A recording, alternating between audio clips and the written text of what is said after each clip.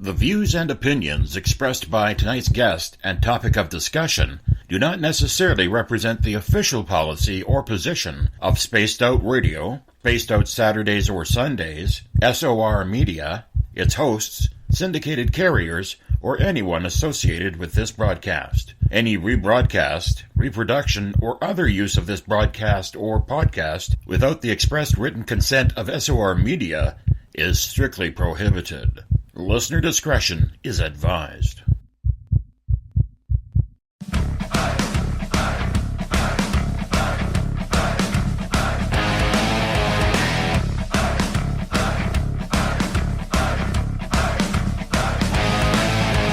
Are you experienced? Then come own the night with us.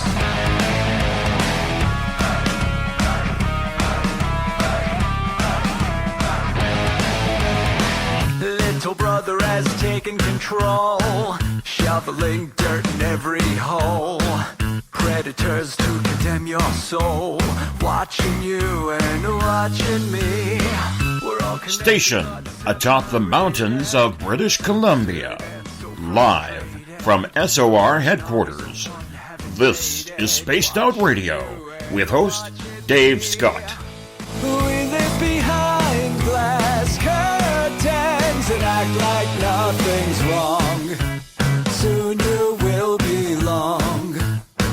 You can follow us on our website, spacedoutradio.com, and on Spaced Out Radio on iTunes.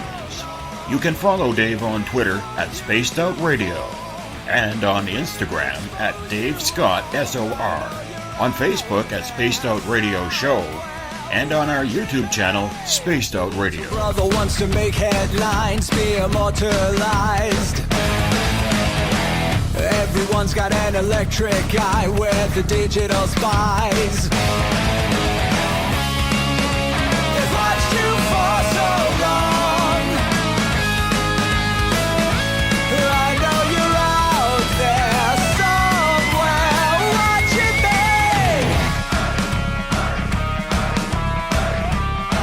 me. Buckle up, space travelers. It's time to go for a ride on Spaced Out Radio with host Dave Scott. I know you're out there somewhere. We've watched you for so long. Wait for you to fall. We'll expose you all. I know you're out there somewhere watching me. Little brother wants to make headlines, be immortalized. It's Tuesday, March 13th, Wednesday, March 14th, if you're on the East Coast or across the pond. And this is Spaced Out Radio. Hope you had a great day and night. I am your host, sitting in the captain's chair, Dave Scott, live from the Great White North in the Caribou region, on top of the melting snowy mountains of British Columbia, right here at SOR headquarters. We are 150,000 strong nightly on WQEE 99 Rock the Key down in Noonan, Georgia, home of The Walking Dead. We are live as well on the United Public Radio Network, 107.7 FM in New Orleans, and over 160 countries around the world. We are also live at spacedoutradio.com, Spreaker, The Fringe FM, and if you're listening in on Revolution Radio, remember the Double R Machine is a donation station financed by you, the valued listener. Head on over to revolution.radio and donate today. We are all over social media. You can watch us live Monday through Friday on periscope.tv. We are on Twitter at Spaced Out Radio. Give our Facebook page a like, Spaced Out Radio Show. On Instagram, you can follow me at Dave Scott, SOR. Subscribe to our YouTube channel. Go to youtube.com/Spaced Out Radio. Listen to us on iHeartRadio in the United States, TalkStream Live. Tune us in on TuneIn. Download and subscribe to our shows on iTunes. Our website, spacedoutradio.com. Now, if you head to our website, you can go and do a little bit of shopping at the Spaced Out Radio store. Read up on the Encounter online, dealing with everything paranormal, strange, and odd. You can read up on my latest blog. We have great videos as well from Tim Doyle's UFO Seekers, Leslie Mitchell Clark's Contact TV, and so much more. Now, tonight we're talking near-death experiences. We've done it before on this show, but we've never really discussed this matter when it comes to children. Those of us who are parents, who've never had to deal with trauma with a child, knock on wood, cannot fathom what it's like to either lose a child or to have one in any sort of health distress. Yet every day there are parents going through this. Car accidents, violence, cancer, disease, the flu. Unfortunately, it happens. Due to medical advancements, children today have a better chance of survival more than ever. But some of those kids actually go to the other side in what we call the near-death experience. So what's it like for a child to have this happen? Studying this phenomenon is Dr. PMH Atwater. Her website, PMHAtwater.com. This life endeavor covers 43 years of work involving more than 7,000 patients. And we bring in Dr. Atwater right now to Spaced Out Radio. Dr. Atwater, thank you so much for joining us for the first time. Very excited that you are going the distance with us tonight. Well, hey, it's fun. I'm glad to be here. I also want to start off the show on a little bit of a sad note because it's just coming down now that the brilliant mind and life of Stephen Hawking is over. Mr. Hawking passed away this evening at the age of 76. Amazing that he was able to last this long with such a debilitating disease. But, Doctor, I'll ask you a quick question about Dr. Hawking here. Do you think we will ever see as brilliant a mind as we did with Stephen Hawking? As brilliant, that's hard to comment on. But what we can say is an individual in his position, in his the things that were going on with his body, his limitations. I don't think we'll ever see one as brilliant as he is under the conditions under which he worked and thought, and gave us all kinds of information. I agree, and he is one of those minds, and I'm sure you'll agree with this, that he is one of those minds that really we may never know his true potential because of the decapitating disease that he had. Right. Right. And it's amazing what he was able to do in his condition, but what would it have been like if he was able to maintain a healthy life? Oh, yeah, right. Absolutely. And, we've had brilliant thinkers in this world, and people that were just above and beyond, anything that any of us could have even thought of being. But for him, the condition of his physical body and the limitations he worked with were unusually acute. And that's what makes him stand out so brilliantly. I would agree with you on that. And, he was somebody that I think we could all learn from. And it's terrible to see that, unfortunately, everybody's, will have their bell rung. And today was the day, but it's a sad day for science, man, and history for this person to now, be on the other side. And I guess he gets to see what it's actually like since he was more of a scientist than a believer in any sort of afterlife. Right, but he'll probably be laughing at all of us anyway. You got that right. Dr. Atwater, it is so great to have you on this show because we have talked near-death experiences before on Spaced Out Radio, but we've never really got into the parameters in regarding children and NDE. So we're going to get into that a lot tonight along with a lot of other subjects. But I would love for you to introduce yourself to my audience here because we have a lot of people who maybe have never heard you speak before. And if you could just describe what led you down the path of investigating and researching the near-death experience. You're going to love my answer. I died. It's just that simple. That's what led me down the path. I died. I'm one of these crappy people. I come from the state of Idaho. So, yeah, I'm not exact.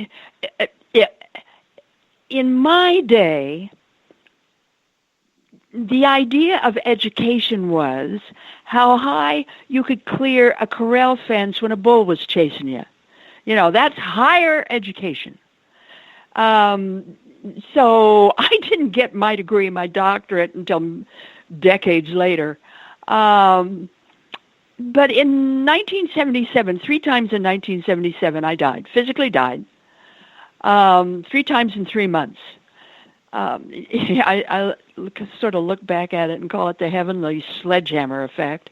If that doesn't tell you how stubborn I was before, I don't know what will. The cause of my deaths was a rape. I was raped, became pregnant, miscarried, and, that's, the miscarriage, and then that led to death number 1, and then complications, death number 2 and 3, and later that fall, I had 3 major relapses, one of which was adrenal failure, complete adrenal failure. In 1977, I had the great privilege and the great joy of rebuilding an old house, i.e. my body, which meant that I was had to relearn how to crawl, how to stand, how to walk, how to tell the difference between left and right, how to rebuild all of my belief systems. So I was taking exercises constantly, almost day and night, certainly had to re-identify myself. But added to that, and you're going to find this true with most near-death experiencers, at least those that had a more intense experience, that not only are you dealing with the physicality of a body that doesn't work anymore or doesn't work right, a brain that doesn't function like it used to, but you're also dealing with whatever happened to you wherever you were. We use this term flippantly, the other side. God only knows where we were, and that's not a flippant word or term, because all of us, or many of us, seem to be in different dimensions, different vibrations, different ways of experiencing the other world or that shift in consciousness. So you're dealing with that, and you're dealing with a body and a brain that doesn't work right, and you're dealing with a family and a job and people around you that they don't recognize you. You don't really recognize them. Suddenly you're kind of like a foreigner. So you have this real kind of mix-up that you're trying to make sense of, and that certainly was true in my life, because I had a lot to deal with, certainly physically, but I also had a lot to deal with on the other side. My second experience was rather brief, mainly an out-of-body experience.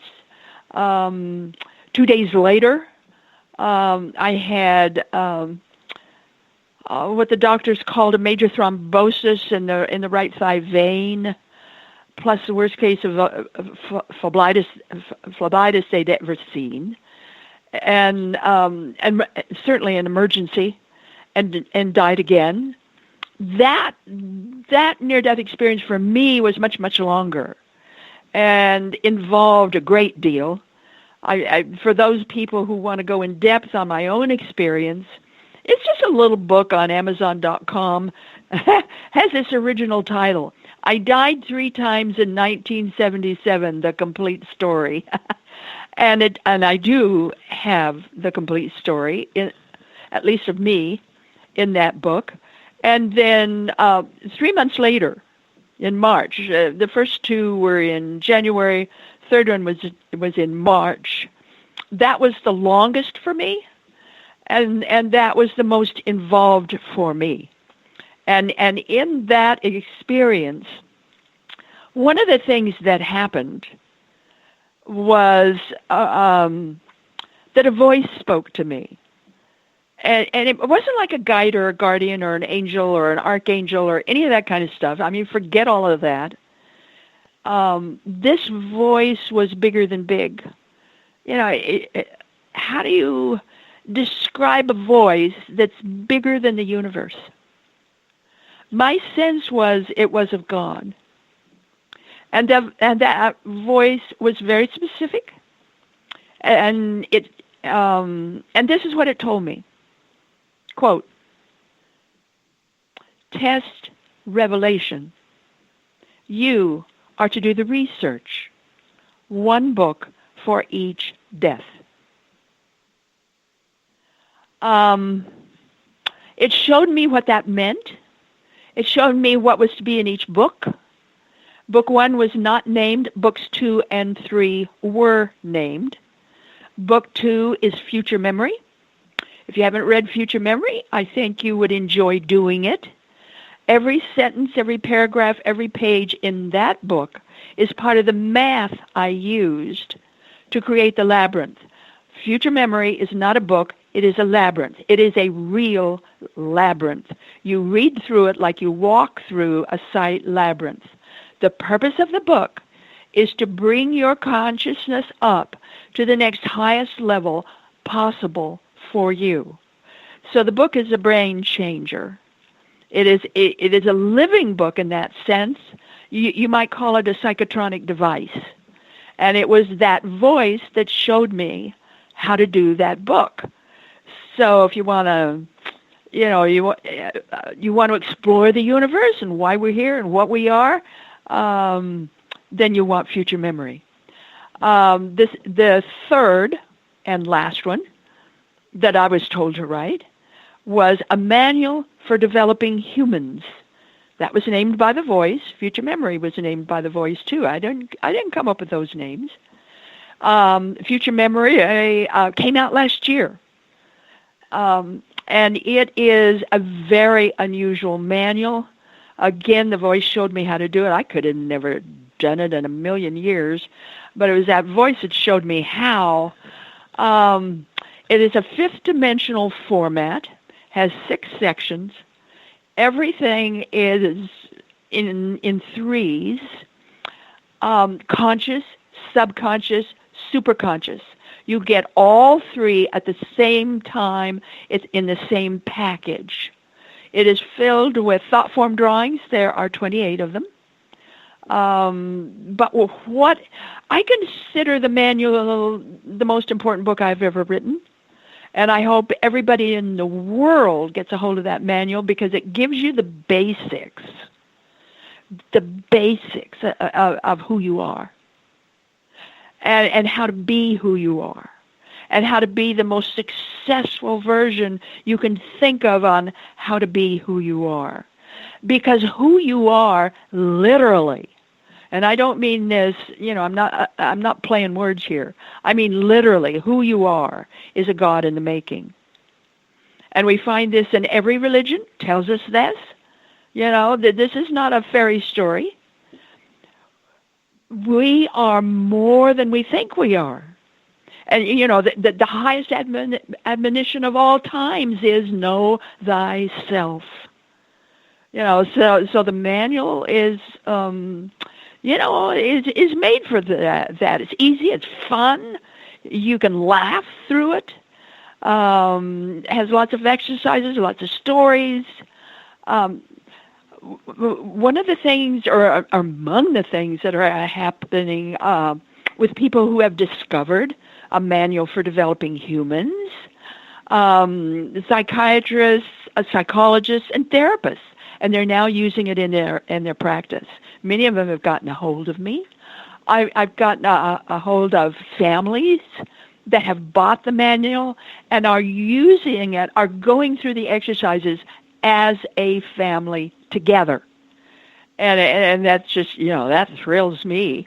And there, one of the fun things that happened, I was doing a book show last fall, and you know, one of these big shows with lots of authors and lots of books, and all over the, you know, big huge room, and there were two young people, I guess maybe sixth graders, and they were sort of like the people that helped with refreshments.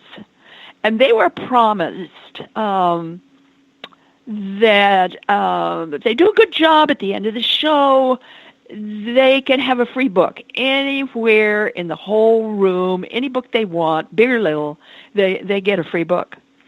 And it was a boy and a girl. And the girl chose her book, and the boy, that I found out later on was autistic, made a beeline for my table and grabbed the manual and wouldn't let go. He said, "This is my book, this is my book, this is my book." So he disappeared, saw him several hours later, and he was, he looked like a light bulb. I mean, he's shining all over like a light bulb. And he kept saying to me, "This explains my parents to me. This explains my school teacher and all the other kids at school. This explains them to me." And he kept holding the manual to his chest. I mean, he wouldn't let go of it. And you know, many people who seem confused in life or mixed up in life or angry or whatever, they get a hold of that manual and start not just reading it but using it. It seems to straighten things out for them. So I'm very proud and very happy that the manual is out there. But my real job was to do, you know, the research I've been doing. That's what I was told to do. So I began my work in, I began my work in 1978 when I was reasonably human again and could walk and talk like a human being. I began my work then. All of my work is original. I'm a cop's kid. I was raised in a police station. So my protocol is police investigative techniques. That's what I use. I don't use scientific protocols, and I don't use them on purpose because, number one, they're biased. Number two, they don't dig deep enough. At least not deep, not deep enough for me. When I talk about biased, you know, a good cop, if there's an automobile accident and there's 4 witnesses, they'll go up to any one of them and they'll say, "Did you see anything?" If the witness says car and crash, then and then only can the police officer use those terms. So you can't use words in advance of the experiencer. Plus, I study them. And my dad always said, the body says more than the mouth does. So you're watching bodies, how a person uses gestures and bodies, how they are with other people around them. Does that make any kind of difference? You also want to get into the home whenever possible. You want to talk to the significant others. See what they saw, any differences, their feelings. You want to talk, if you can, to the neighbors. You want to talk to the healthcare givers, the boss, the co-workers. You want to talk to as many people as possible in understanding and trying to get a real good feel and sense of what's going on in that person's life. And then if you can, get back again years later. So I've been consumed with this a day for 40 years. But what people don't know is, before I died, I was very, very active in metaphysics, esoteric, psychism, altered states of consciousness, all this kind of stuff, and had been doing it since the 60s. And I'd started Idaho's first nonprofit metaphysical corporation called Inner Forum. I was teaching people how to take out-of-body trips. Fingers were in all kinds of pies with thousands of people. For some reason in this lifetime, I never did anything small. So I have a basis of comparison, and that's a decade before I died. So we're going back 50 years here. And we're looking at about 7,000 people. So I'm one of these researchers that I can take what I'm finding now, and I can compare it with what I found long ago. So I'm balancing that with what is happening in my own life, and then what I can verify by going back and looking again. So I'm working with people all over the United States, and lots of different kinds of people. And so that's how I do my work. I'm one of these scrappy people. Some people call me the cop on the beat. Love it. Anyway, I'm one of these scrappy people. So I'm my work is original. And primarily with adults. And then along the way, certainly picking up about kids, and I began to notice that children who have near-death experiences a little bit different. And then I started noticing that more and more and more. And then after I did a real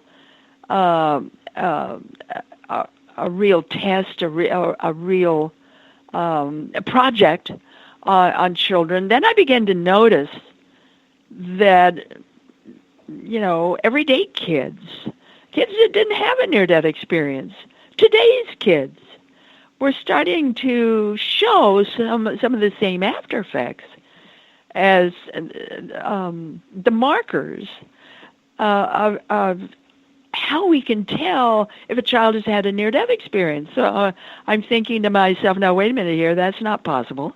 No way, no how, that's simply not possible. So I started looking into evolution and how ordinary kids, everyday kids, could be doing this since about 1982. So that led me on another journey. The book for that is Children of the Fifth World.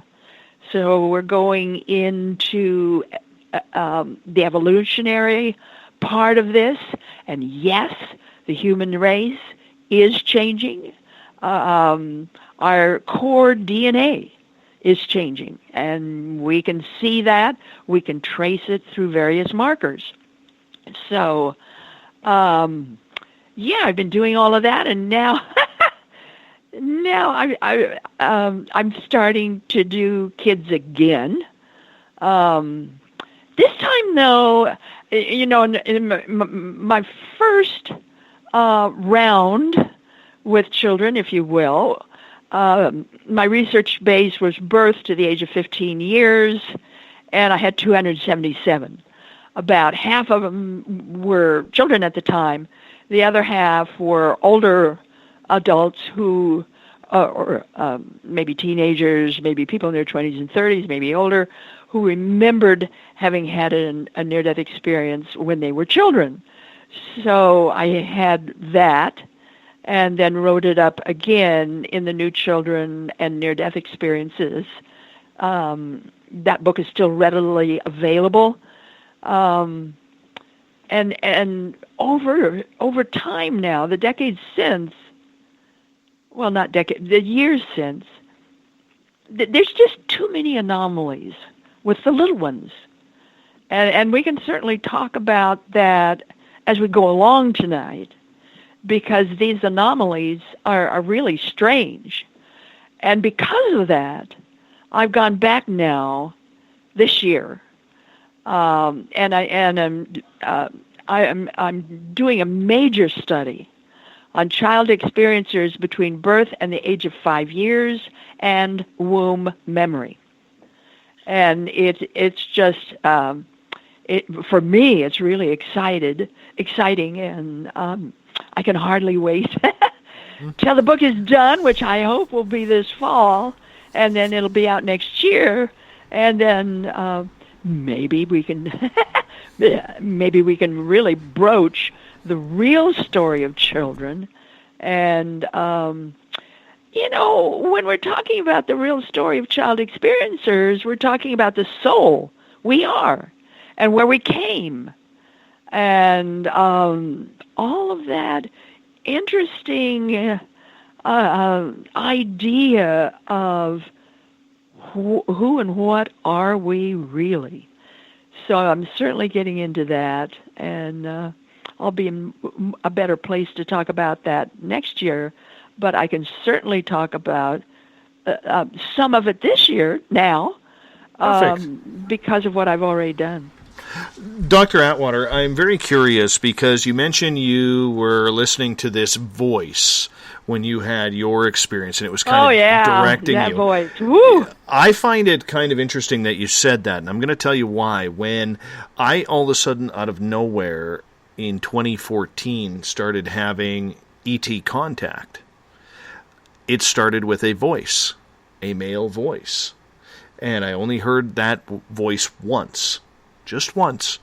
So explain to people who may not understand what it means to get that voice, what it's all about, what it sounds like, if you don't mind. No, I don't mind at all. And when we're talking about voice or that voice, there are many kinds of that voice. So what I do is I'm looking very carefully at that person's background. I'm also looking carefully at their belief systems, and I'm also looking at what's going on with them now, because there's always a before as well as an after. And on any spiritual experience, spiritual transformation, near-death experience, you must look at the after effects, because it's the after effects that validate the experience, not the other way around. So if we're looking at maybe extraterrestrials, then that's another kind of voice. I don't put the two together because of the after effects and because of the clarity and type of quote-unquote that voice that we receive.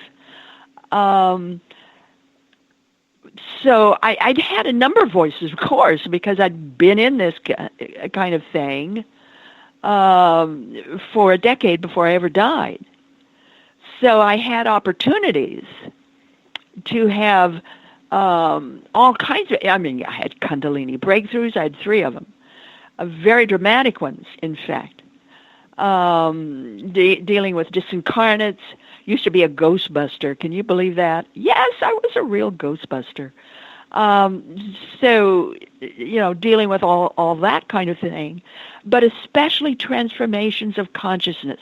When we're getting into transformations of consciousness, we're talking Kundalini, we're talking the brain and how it functions, we're talking certainly the chakras of the body, but we're talking about really what enables us to function as the human beings that we are and can be. So when we're talking about aliens, then we're talking about yet another branch of this process. And I don't want to get too deeply into that yet. I'm really not ready to do that, although I have a lot of background in it and I can certainly comment on it. But I don't want to get deeply into that There's a book I want to write about that, but it's probably a couple of years away yet. But this idea of people from other planets, if you get the manual, a manual for developing humans, get into the last section of the manual, you'll see a different approach to this idea of aliens there. And I would advise anybody who's really interested in that kind of thing to get to the manual and take another look at that particular kind of approach as to what aliens are to us, when they came, how they came, what they are, and our interplay with them. So, I'd advise that. But if you're talking what I went through when that voice, then you're talking a very different thing. And it just, it shocked me, it stunned me, it surprised me. It was above and beyond anything I'd had experience with, ever heard of. So if you want me to proceed and talk a little bit more about that voice with me, I'd be happy to do that. I've only been talking about it for a few months now because it just was so different that it just kind of it really stunned me. I can see where that would be a little bit traumatic, and when I mean traumatic, I'm not saying in a physical way. I'm saying in an emotional way, because there is so much that happens when you get connected to the other side or really get in touch with your own spiritual self. Yes. Yeah. That you just have all these unanswered questions that for the majority of time you have to come to some sort of acceptance that you are never going to get the answers that you truly deserve. Do you find that the questions you have regarding the spiritual aspect of everything you have dealt with, that you've actually come close to getting any of the answers that you've sought? When we talk about answers, I want to kind of back up, because answers, how do we handle answers? Answers are on several levels. There is no answer, but there are lots of answers. So it depends on what level we're talking about, what dimension we're talking about. So most people, if they're just starting out in the idea that there's another way to look at life and that there is another way to use our mind and our brain, they go through a whole plethora of different voices and different ways of perhaps handling those voices. They might be disincarnates. We're getting into mediums. We're getting into psychics. We're getting into ghosts. We're getting into all kinds of voices. But if you get deeper into who and what you are and deeper into the depths within you, then you begin to recognize that a lot of that, maybe all of that, is at a certain level. And that you can go beyond all of that to other levels. You can certainly go lower and get into the more and more negative realms, or you can go higher. I certainly recommend going higher into realms that are above and beyond what we normally talk about when we're talking the other side. You can get into then levels of the angelic kingdoms. You can get even beyond that into radiant beings.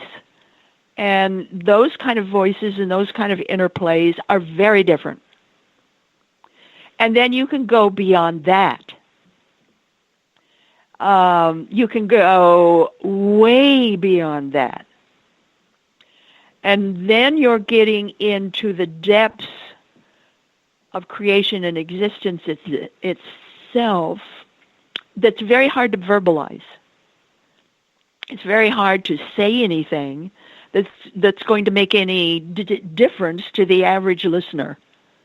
You know, I mean, I could try to say something, and they wouldn't understand what I'm talking about, or they would contradict what I'm talking about, or they would demand this and this and this about what I'm talking about. And if you get into the finer levels, you really can't explain them. You can't even really know them because they're so deep within you. They're beyond verbalizing. So that voice that spoke to me in my third near-death experience, it only spoke to me again to do future memory, because I'd written 7 versions of that book. I mean, really different versions, and none of them passed muster. You know, I couldn't sell it to any publisher, and finally I just decided, you know, I was just going to burn the whole thing. That obviously I had written this book just for myself, and just for what I could get out of it, because I got a lot out of doing it. And I thought, well, apparently this is just for me. And yeah, I was on my way to just getting rid of it, tossing it, when one of these anomalous situations happened to me, and I'll explain it a little bit. I was upstairs taking a shower.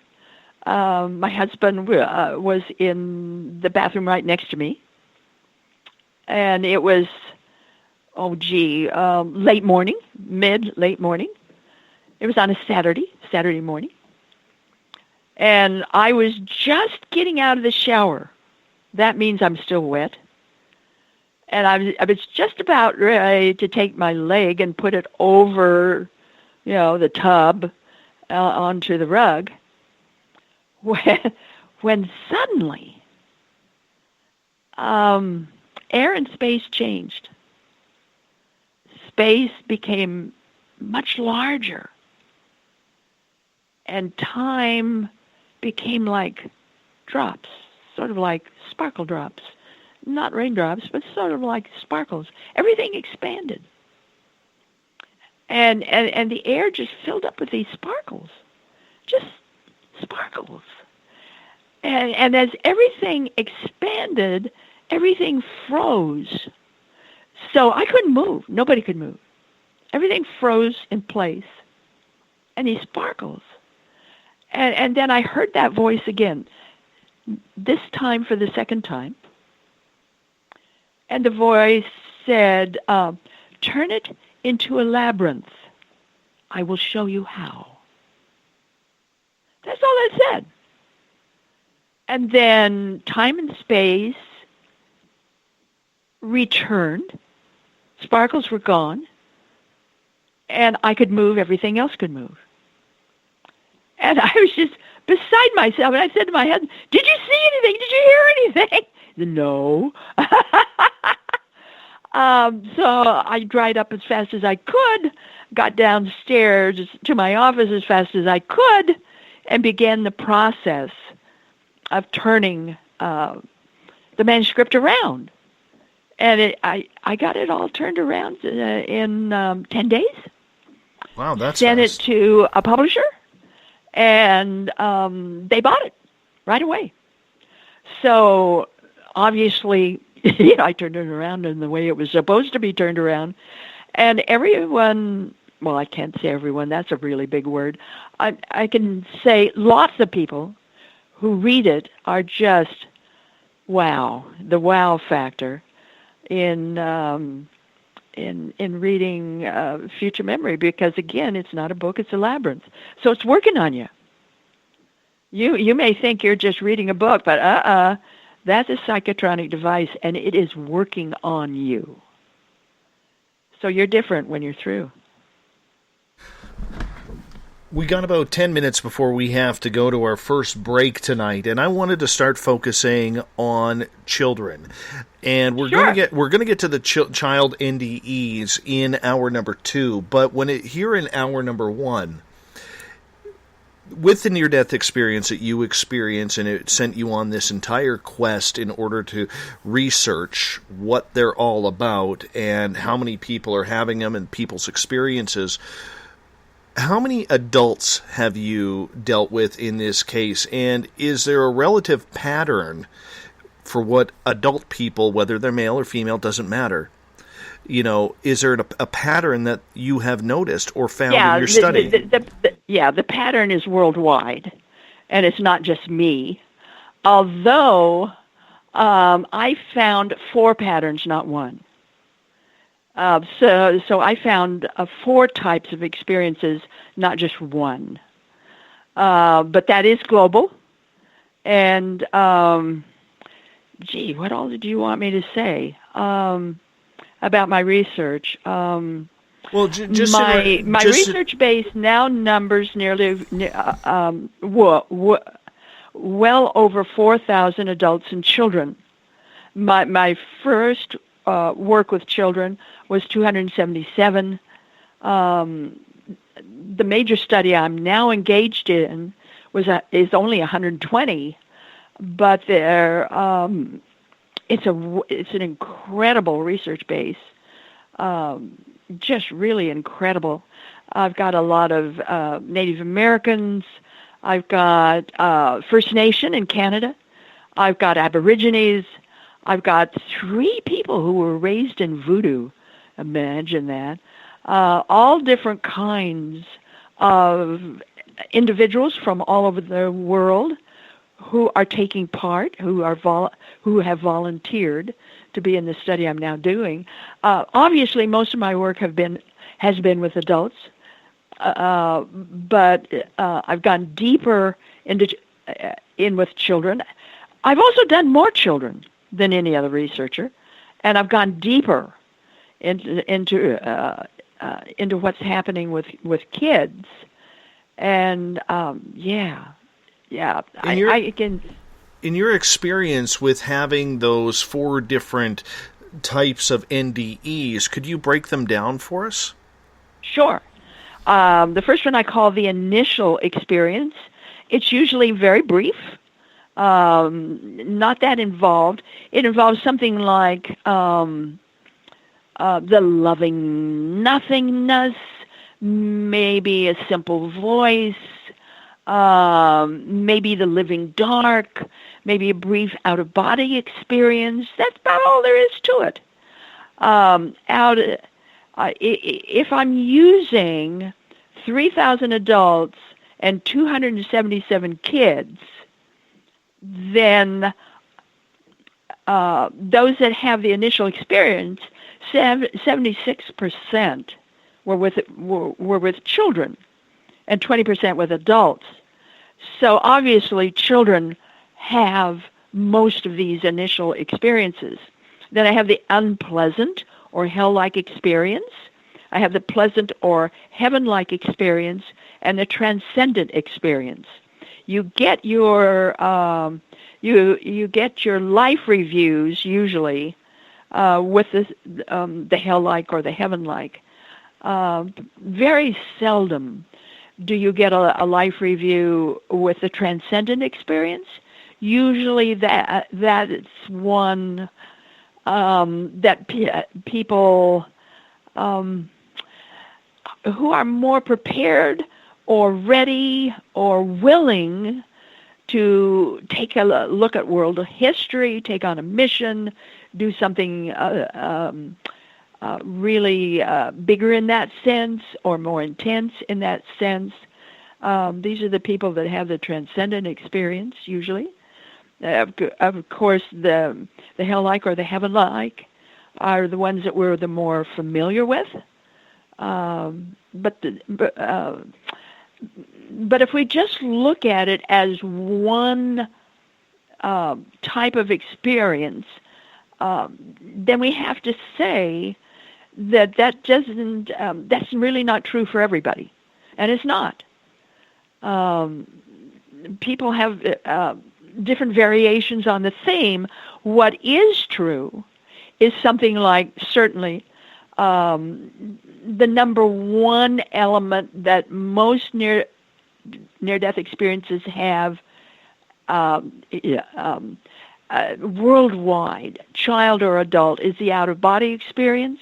And that out-of-body experience usually is very vivid, very intense. They will see things that they are able to verify afterward or have verified afterward with third-party verification. So most of these are really true. Then the second one that most people have, or a lot have, is that incredible light. With children, they see that light not necessarily as adults do. They'll see the very intense light that doesn't have, or very raw, powerful light that doesn't have any special color. Then they'll have black light experiences or a white or bright light experience. And we can talk about these lights later because it's really interesting to look at them. Most people think of the black light as maybe, that's hellish or that has something to do with the negative. Not at all. Very, very few black light experiences or dark light experiences have anything to do with the negative. Quite the contrary. They are extremely interesting and positive, and the people that have them have incredible experiences in that dark light. I have a friend who was in the dark light. He never came across because he had passed away from a heart attack. This was just over a year and a bit ago. I think he was 37, 38 years old. But that's just his path. He knew he didn't have a long time. He knew he was going to have a good time. But when it comes to the dark side, where a lot of people tend to see things, eyeballs, shadows, shadow people, shadow creatures, spiders, so on and so forth, do you think this is their ultimate fear coming out, or do you think this is actually something destined from the depths of hell?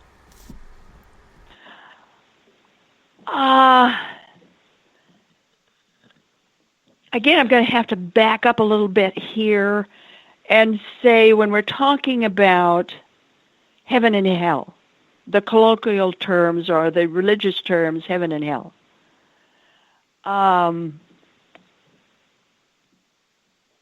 What I have seen is that there's simply levels or planes on the other side. The other side is like a layer cake, and there are levels of very bright expanses that vibrate faster and faster. There are levels of very slow expanses that become more shadowy or darker as they become more intense. So when we're talking about heaven, then we're really talking about these levels or dimensions that become faster and faster depending on what level you're in, and brighter. When we're talking about hell, we're talking about these levels that are more sluggish, are slower, become more dense, and become darker. What I noticed, and I'm going to make an estimate here, is that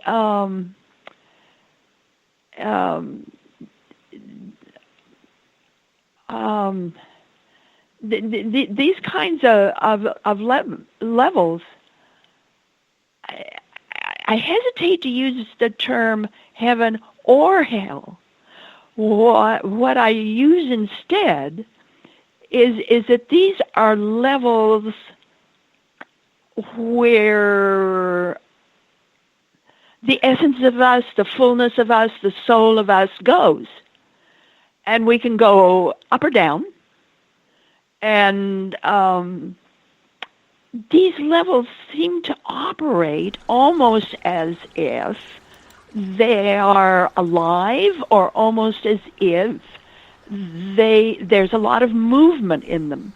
Mm-hmm. And what I came to see with this idea of heaven and hell, it's almost like a construct. Right. It's almost like a construct. And it's run by will. Right. On that note, I am going to cut you off because we do have to go to our first break of the night here. Dr. PMH Atwater is our guest. Add a .com to her name. You got her website. All sorts of books on there for you to check out. I highly suggest you go to her website, pmhatwater.com. Check out her books. Pick up a couple of them. They may resonate with you. And the free monthly newsletter as well, yes. We're going to be right back with more Spaced Out Radio Near-Death Experience Talk right after this. Find your escape where time has no limits. It's about living today and cherishing the heritage of yesterday. A spirit of adventure for what is new, with the nostalgia of the past. Your timepiece is a reflection of who you are. Life surrounded by beauty from the world around us to the soul within. EscapeWatches.com. There is no time like the present to enjoy your escape. Use promo code SMF2017 for your 20% discount today. Lorian Fenton here, SOR listeners. Join me at UFOCon 2018 in South San Francisco, California, March 23rd through 25th, where 14 presenters discuss all things disclosure, UFOs, and aliens. Stephen Bassett, Grant Cameron, and Melinda Leslie address disclosure. Preston Dennett will present Inside UFOs. Your Dave Scott and Lynn Buchanan tell of amazing alien contact. Get tickets at caufocon.com. The freedom to post what you want, when you want. That's the social media freedom you need. Social Media Freedom is the free app in your app store. No need to worry about going to jail or being shadow banned any longer. It's the freedom to say what you feel. The freedom to know Big Brother isn't watching. It's the way social media is supposed to be. Social Media Freedom. It's time to set yourself free. Download from your app store today. Coming September 28th to the 30th, it's our first annual Caribou Paracon, put on by Spaced Out Radio and the Canadian Society of Questers. 3 days of paranormal, supernatural, and spiritual knowledge in the beautiful 108 Mile Ranch, British Columbia. Tickets are $150 Canadian for the event, being held at the Spruce Hills Resort and Spa. Come watch our featured speaker, Grant Cameron, along with Lorian Fenton, David Weatherly, Ross Allison, and more. The Caribou Paracon, celebrating everything paranormal. Hey Space Travelers, it's Joe Roop, your host of Spaced Out Saturdays. Come join me as we explore the realms of the paranormal, the esoteric, and everything in between every Saturday night at 9 p.m. Pacific, midnight Eastern. You know the truth is out there. Don't get caught sleepwalking. Come join Spaced Out Saturdays. That's every Saturday night, 9 p.m. Pacific, midnight Eastern, right here on SpacedOutRadio.com. Psychic Sundays, spiritual communication, ET contact, Sasquatch in your backyard. We will have it all on Cosmic Passport with me, Elizabeth Anglin. Each Sunday, starting at 9 p.m. Pacific, midnight Eastern, at SpacedOutRadio.com, I will take you on a journey of enlightenment. The goal is learning from the soul on out. We'd love it if you joined our experience, Cosmic Passport, heard Sundays at spacedoutradio.com. 365 days a year, we're in the field, investigating UFO sightings, talking to alien abductees, and visiting secret military locations like Area 51. We're UFO Seekers, official partner of Spaced Out Radio. Follow our daily search for the truth at ufoseekers.com or like us on social media. Catch us on Spaced Out Radio every third Monday of the month as we discuss Area 51, UFOs, and more. And also, don't forget to subscribe to us on YouTube.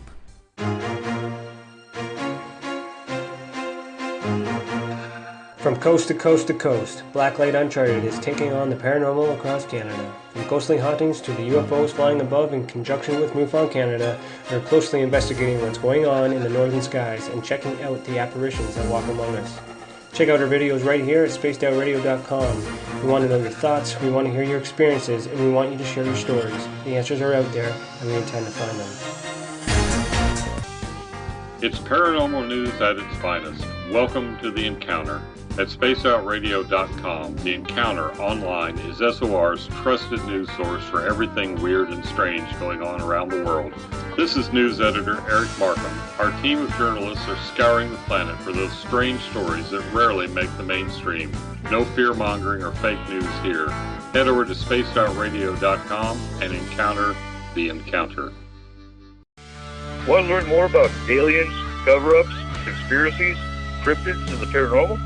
All you have to do is tune in S4 as we take over the Spaced Out Radio night, starting at midnight Pacific, 3 a.m. Eastern, each and every Saturday night, right after Spaced Out Saturdays.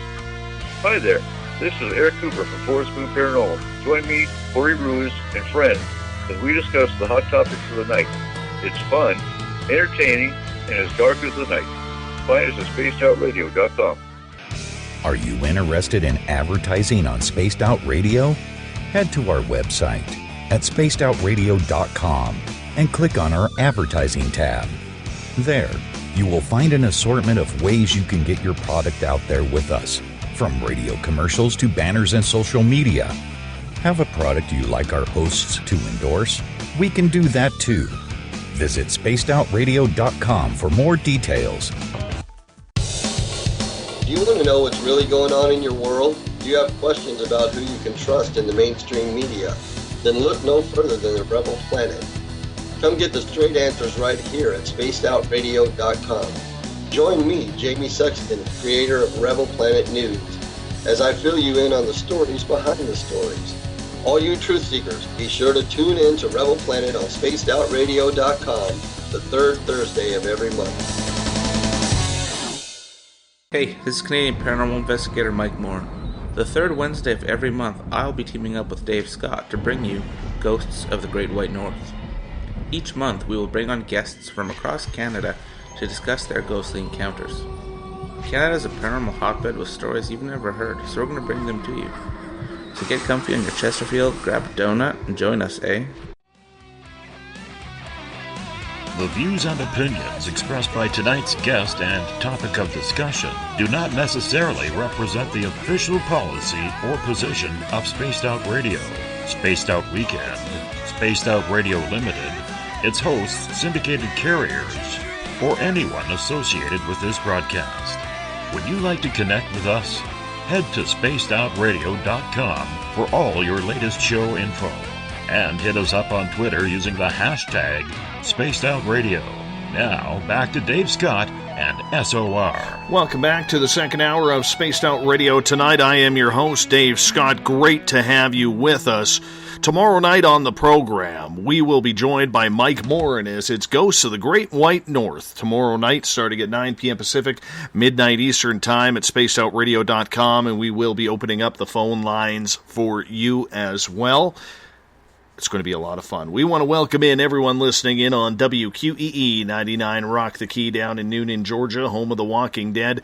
We are live as well on the United Public Radio Network 107.7 FM in New Orleans and over 160 countries around the world. We are also live on The Fringe FM, and if you're listening in on Revolution Radio, remember the Double R Machine is a donation station financed by you, the valued listener. Head on over to revolution.radio and donate today. Bill Cardwell has set the password for tonight in the SOR Space Travelers Club. Picnoganita.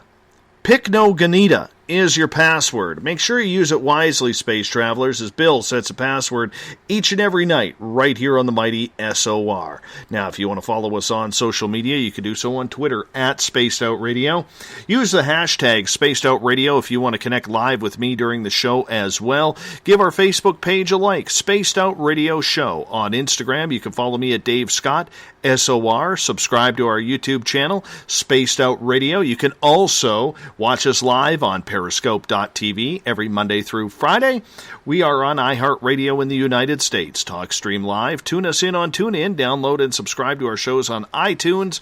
Our website is spacedoutradio.com, where we have a plethora of features for you, including shopping at the Spaced Out Radio store, rocking out to some Bumblefoot, reading up on the encounter online, dealing with everything paranormal, strange, and odd, or you can also watch great videos from UFO Seekers Contact TV, and so much more. Tonight we are talking near-death experiences here with Dr. PMH Atwater, and we are going to get into the experiences children have. And Dr. Atwater's website is pmhatwater.com. You can get her newsletter there. I highly suggest you sign up for that, and check out all her books as well. Dr. Atwater, welcome back to the show. Oh, well, it's good to be here. Right before the break, we started getting you to break down the experiences that adults have. You said there was 4 categories. We talked about the darker side of it. What are the other 3, if you could break those down? Well, the initial experience, certainly. The very brief one. Something like the living dark, a friendly voice, a loving nothingness, a brief out-of-body experience. In my original base of 3,000 adults and 277 children, 76% of the kids had the initial one. So obviously, a child's experience normally isn't that long. Doesn't take that long. The unpleasant or hell-like experience, in my research base, 1 out of 7 had a more unpleasant or distressing type of experience. There's the pleasant or heaven-like. About 47% of the adults, not even half, had that type of experience. That's the one we're more familiar with the TV stations and the movies and the books. We're all more experienced with this idea of a more loving, family reunions kind of experience, lots of light and all that kind of thing. Then there's the transcendent experience. This is usually very long, very deep. Those people come back from that usually more mission-oriented, that they have a mission to do. One fellow came back with this knowing that he had been shown all of history from beginning to end. He would not tell about the end, no matter... all of us tried to get him to, but he wouldn't do it. But he was shown all of history from beginning to end. Incredible case of survival. But these transcendent cases can be quite deep, and when people come back from those, they are really energized, or at least desirous of making it a real difference in the world. So those are the 4 main types that I found, and of course the main elements that you find in near-death experiences. Number 1 is the out-of-body experience, absolutely, adult or child, easily. 65 to 70% of the people have an out-of-body component to their experience, or the entire experience will be out of body. And then that light, that incredible light, adults usually explain it or try to describe it as brighter than 10,000 suns. Instantly you're fried, but there's no pain. And then the other one, the life review. Well, no, the greeter of some kind. A greeter of some kind, sometimes a religious figure, sometimes a relative with children. They're usually greeted by a grandmother, a grandfather. Grandparents are very important in children's experiences. If they had a father or mother who is passed on, then that individual too. Animals, you get a lot of animals in near-death experiences, especially with children. Children are greeted very often by birds or small animals, pets who might have died and gone on before. This is true also of adults, but I think children get more of the birds, and I don't know why. Birds and butterflies. You get a lot in children's near-death experiences. And then certainly the fourth one being the life review. That's not always pleasant. People say that your life review is very detailed. Some people get it more detailed than others. That's true. But it's that sense of going back over your life and anything that you did that maybe you shouldn't have done, or things that you said that hurt other people. You certainly see those again, or feel them again, or live through them again. But it can also be very horrendous. It can be very loving, but the idea that most near-death experiencers say is there's no pain. It's just the idea of being able to see this again, live through this again, and learn from it. That's not always true. Many times those life reviews can be painful, extremely painful. So they're not always easy. So that's the main types. Well, let's get into children here for a second, because on this side, I don't think there is anything more painful for a parent or a family than when a child is sick and or passes away. I remember when I was a child, I was in Children's Hospital for a couple of weeks with a muscular issue that I still have up until this day. And I remember being in physical therapy with a young lady who was a couple of years older than me. I think I was 11 at the time. She was 14. And she ended up passing away from cancer a couple days after I was released from the hospital.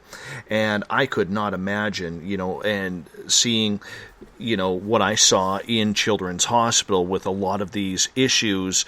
And the children are just so strong and they're so poised, much more so than the parents who are trying to show that strength. And, it gets me a little emotional even just talking about it because, being a dad now myself, I'm blessed. My children are healthy. They are able to enjoy life and do absolutely everything that they want to accomplish. So far, so good. Knock on wood, pray that never comes to fruition, much like a lot of other people do. But things do happen. When children have this near-death experience, does it vary, say, a child at, 5 years old who has this experience compared to, say, a 12-year-old who has the experience?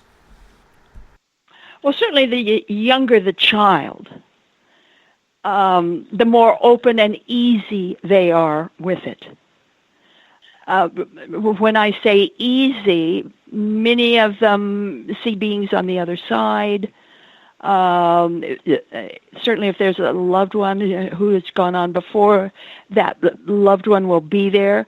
If it's a child that, for instance, is raised in a Christian household and they've heard the word Jesus, they've been to Sunday school, they know about Jesus, they'll be greeted by Jesus. If they're a child in Bangkok, they'll also be greeted by a being not necessarily a Jesus type, but similar. So children are often greeted by very open and loving beings, not always loving, but usually. Something about like the critical or caring parent types.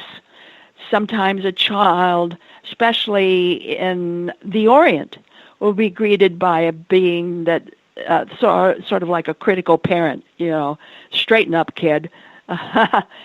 But usually a very loving one.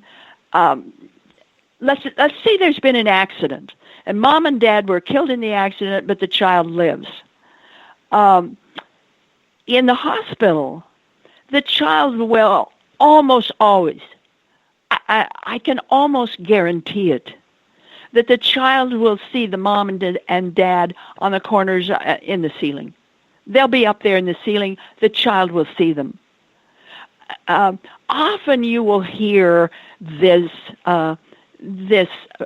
said between the doctors and nurses, don't tell this little girl about the fact that the mom and dad have died. Let's wait a while, get her better. Maybe grandparents are there, aunts and uncles are there. Let's all agree not to mention anything about, that the mom and dad were killed. Well, the kid is laughing at him because they can see mom and dad up on the ceiling, and they're talking to them. So a child has a much easier way of dealing with the beings on the other side. They're not necessarily an easier way of dealing with pain, but once they're on the other side, then they're seeing all these beings and liking it, loving it, enjoying it, maybe even recognizing it. So with a child, it's very different. Now, if the child is older, then they may get more of an adult experience, a more involved experience. Let's say the child is a teenager, then they'll have more of an involved experience with more components to the experience. But children almost always have a very loving greeter. And again, I said animals. Let me give some cases here of what can often happen with children. You have the I'm not going to say good or bad because you judge this for yourself. This one case, this young girl, I'm going to say, I can't remember for sure what age she was, but I'm going to say about 5 or 6. And she's having what they called pops, sort of like a popsicle.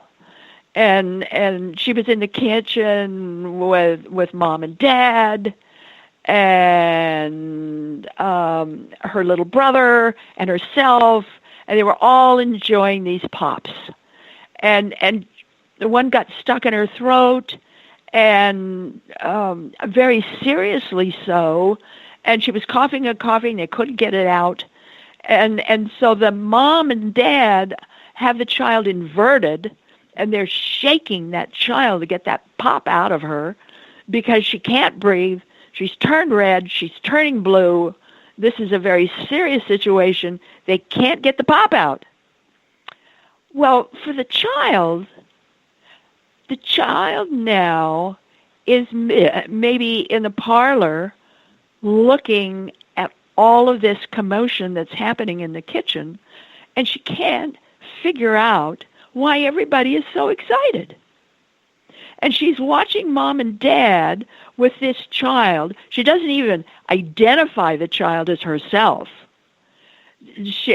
Mom and Dad have this girl upside down, and they're shaking her. And Mom and Dad seem very upset. And she can't understand why Mom and Dad are so upset. She feels as if she might have done, that this kid has done something wrong to upset her parents, because she can't understand why they're so upset. And in the background, back further than Mom and Dad, is another little brother, and he's seated in a high chair, and he has a pop too. And when they're finally able to bring this child back, and they were without going to the hospital, then the child, now back in her body, can't understand what happened. And a year later, she's talking to her parents. She's describing all that happened.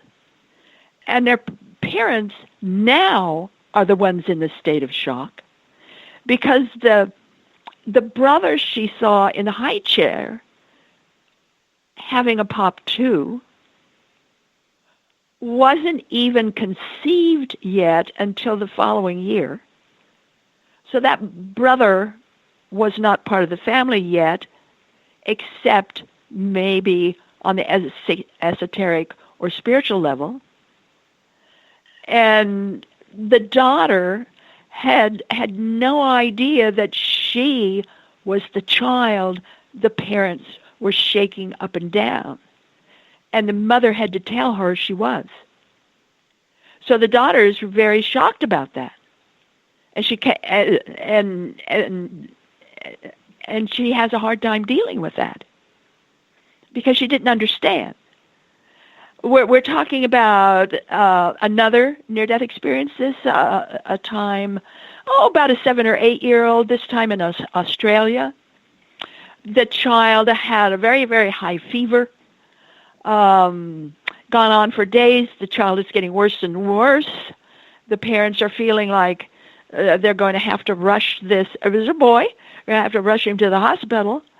And the parents now are gone for a little bit because they're talking to a doctor. They lived quite a ways from the hospital, so they had to talk to a doctor for a while on the phone. And the child then dies. The boy died in bed. And so the dad comes home.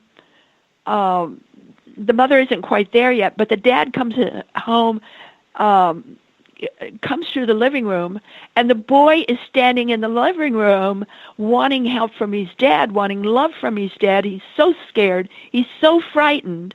And the dad walks right through him. And the child then is traumatized by that, feeling that the dad doesn't love the child anymore. Well, the dad, of course, was very concerned, going into the bedroom, getting his son, taking him to the hospital, brought him back. But the child only remembers being ignored by the father. Let me give you another case. We have a 4-year-old. I'm going to call him Jimmy John. That's not his name.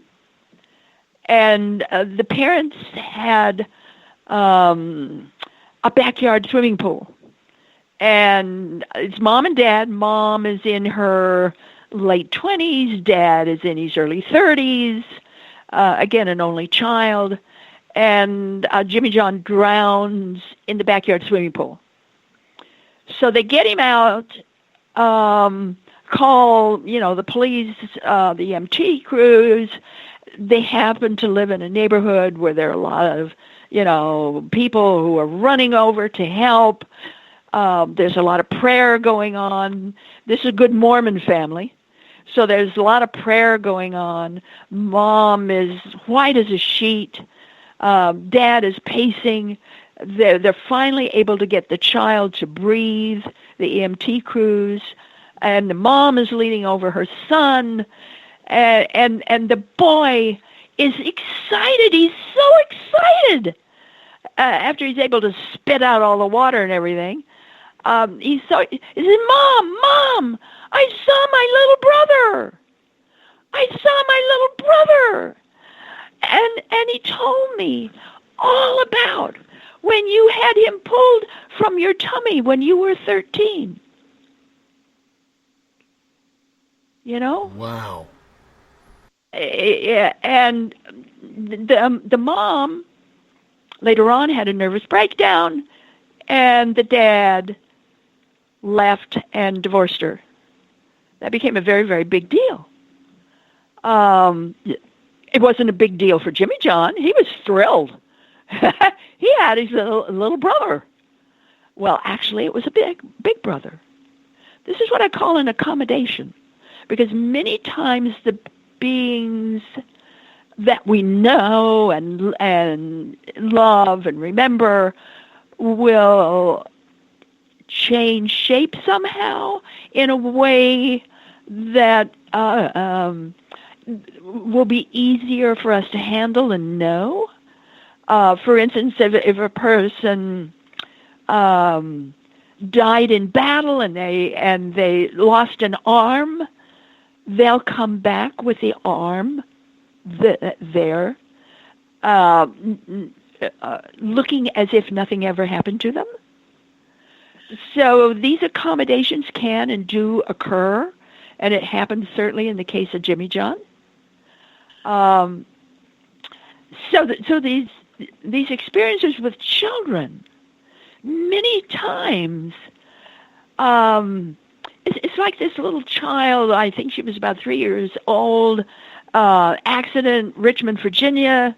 There were two girls. The older girl hurt her leg. The younger girl died in the accident. Police is called. EMT crews are called. They were able to bring the younger girl back, and her first words were, "I saw Jesus. I saw Jesus, and he told me all about love." And her grandfather was a drunk, had problems with alcoholism. When he heard his little granddaughter talking like this, then he was so taken by this that he never drank again. Cured him of his alcoholism. So you see all kinds of experiences with children, but they really grab us even more than with adults because they're so innocent. So we get these kinds of experiences with children, and that sometimes the child understands what's going on, sometimes the child doesn't. I gave you some of those where the child did not understand. I also gave you some where the child does, where the parents are killed in, let's say, an automobile accident. The child was hurt. The child's in the hospital, and the child knows, they're seeing mom and dad on the ceiling. We've got another child in, I think it was in Missouri, one of the big cyclones took both her mother and her father, took her grandparents on, I think it was their mother's side, took her cousin. So took all the members of the family. There's only one grandmother left. And the child was also killed, came back to life. And this little child was very, how do I say this, was very calm. And she said, I knew this was going to happen. I knew it 2 months ago. I got it in a dream. I dreamed this was going to happen. I knew it was going to happen. And when it did happen, Dave, she talked about the butterflies that saved her. And the butterflies that were saving all of the children from being sucked up into the cyclone. Butterflies. You hear this a lot with kids. They talk about butterflies. Is there angels. Is there a symbolism for them?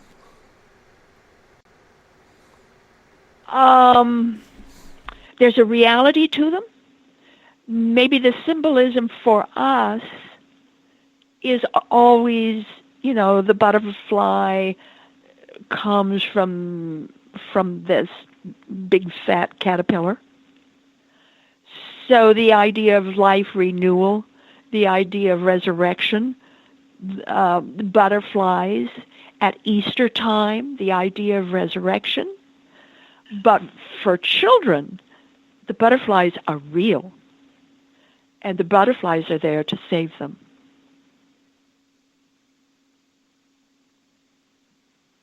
Do you think it's with children because a lot of people believe that because they haven't been subjected to a lot of life's harshness at such an early age? Yeah, you're getting out of the mouth of babes kind of things. It's more pure, isn't it? Yes, absolutely. But,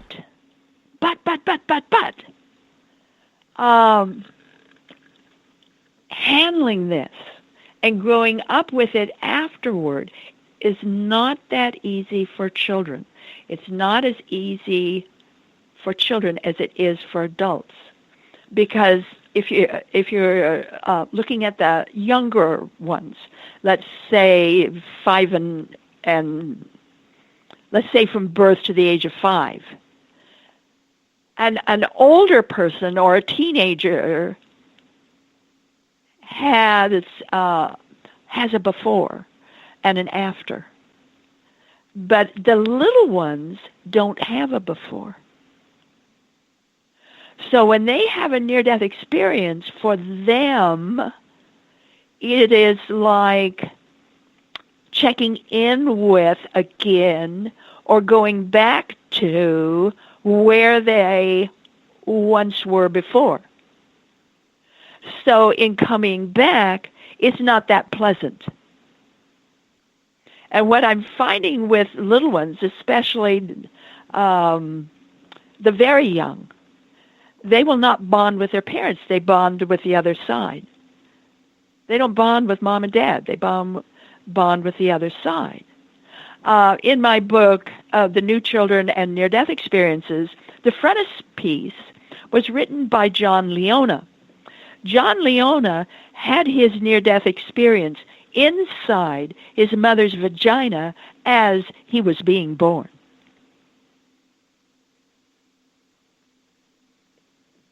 How did he even remember that? In. I mean, he remembered it all of his life.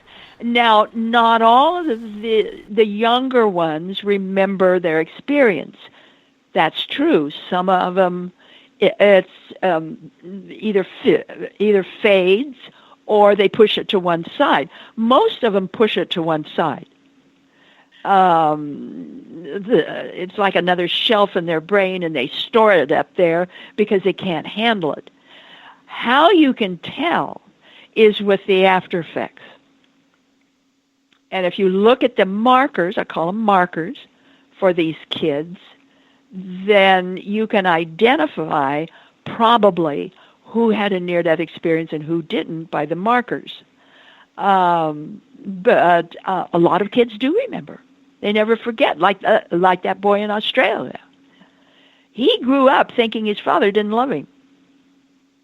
I sat down with him as a grown man and he's a grown man, and I sat down with him and had a long counseling session with him to help him realize that his dad did not see him. That's why he didn't respond. And after that session, the young man said, that he never thought of it that way before. When I heard from him later on, he said, you know, that session he had with me changed his life. Because he had an opportunity then to realize what was happening. And this happens, this kind of thing can happen with adults too. When you're in the out-of-body component to your experience. Seeing all kinds of things, and then you're back in the body, sometimes that's difficult to handle. I can give you all kinds of cases with adults where that happened, where it really kind of screwed up their life for a while until they're able to figure it out.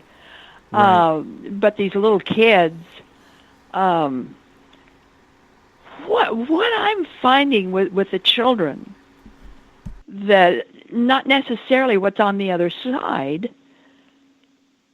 but what happens to them when it's over. So I'm going to just blow your mind here.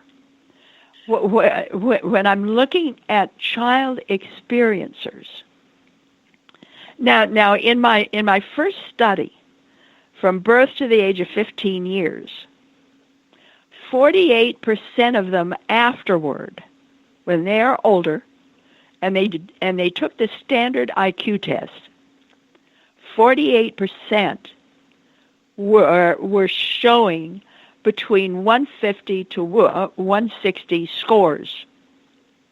A few of them had genetic markers to account for it. Most of them did not. So that brilliance began after the experience, not before. Now, with those from 3 to the age of 5 years, you know, when they're older and they actually take the IQ test, but had the experience between 3 to 5 years, 81% were scoring between 150 to 160. Now, those like John Leona, who had the experience happen between birth and the age of 15 months, 96% were showing scores higher than 180. Birth to 15 months who had a dark light experience instead of a bright light experience, 100%, 180 and above. I want to get to Char's question here because I think it also ties into what you were just saying. But do children who have had this experience, do they have heightened or enhanced spiritual gifts afterwards? Oh, well, sure. That goes with adults, children, teenagers. Absolutely. Let me give you the markers now for children. We're talking pre-birth, birth trauma, babes, and toddlers. When they're older now, non-traditional, non-conformist attitude, may lose bonding to parents, may feel foreign in the family. They bond to the other side. Many, not all, but many bond to the other side. They have a certain charm or charisma, especially with animals and birds. They are socially backward, many of them. They are absolutely unafraid of death, very bold, highly intuitive, knowing, creative, aware of things future. This idea of future memory, yes, indeed they have it. Unique sensitivity to light and sound. Sensitivity to touch, taste, texture, smell. Many of them have allergies of various kinds. For some reason, allergies go with it. School is a problem. They're absolutely bored in school. They're very intelligent. They know more than their teachers do. Many of them know more than their parents do. They are drawn to the spirit worlds. Many see ghosts. I mean, that's normal. Many see ghosts, disincarnate spirits.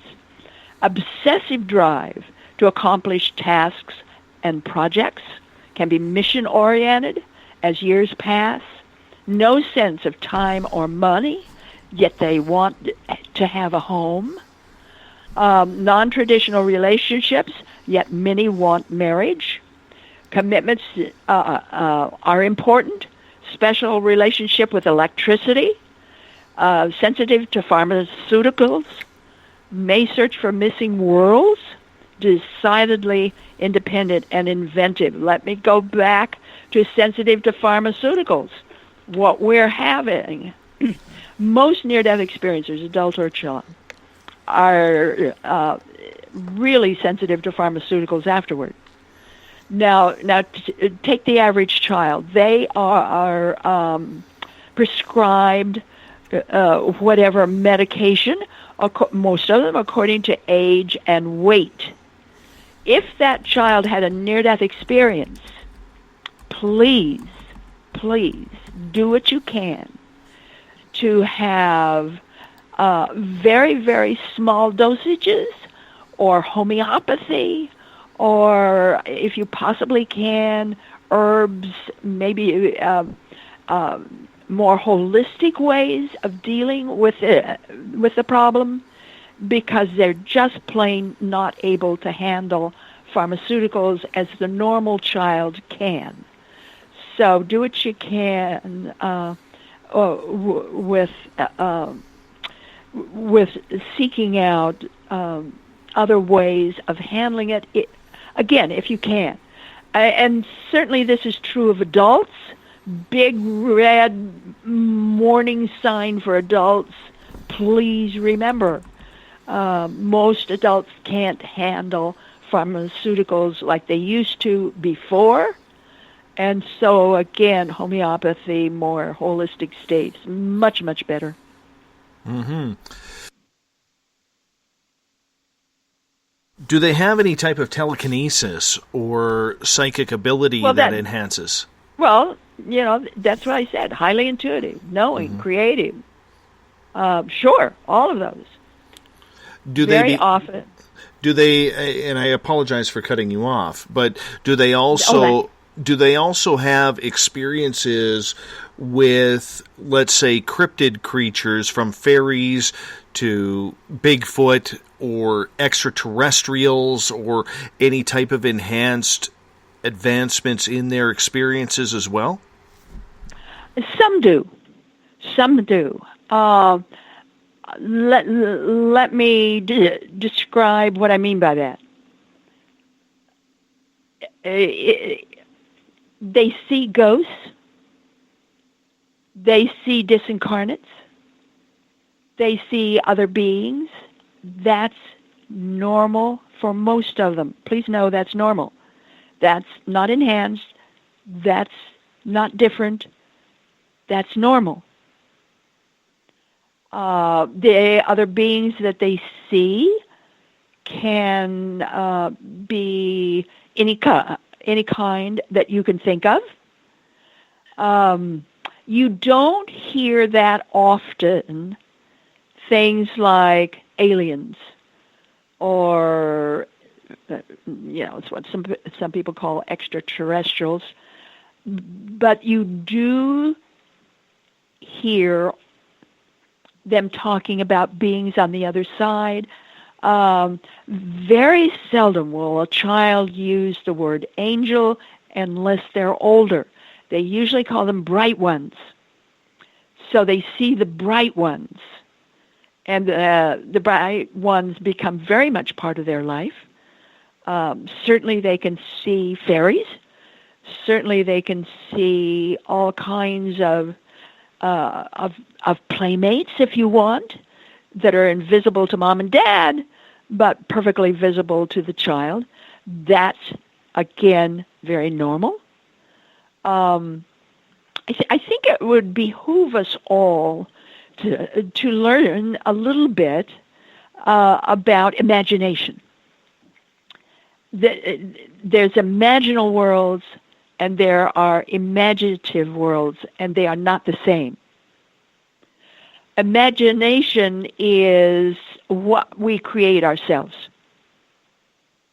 We know that we did it or we invited it. Imaginal is what was already there. We didn't create it. We didn't have anything to do with its being. It was already there. Shamans work with imaginal worlds. Those planes or those beings or those types that are already there. They didn't make them. They didn't control them. They didn't imagine them. They're already there. So we're talking now about the old orders. And I do talk about that in the various books that I've written, certainly with children. I also talk about it in a manual for developing humans. I highly recommend anybody, anywhere, to get a manual for the developing humans. It has all your basics in it. And I talk about the old orders, when the feeling, the esoteric knowledge, the wise ones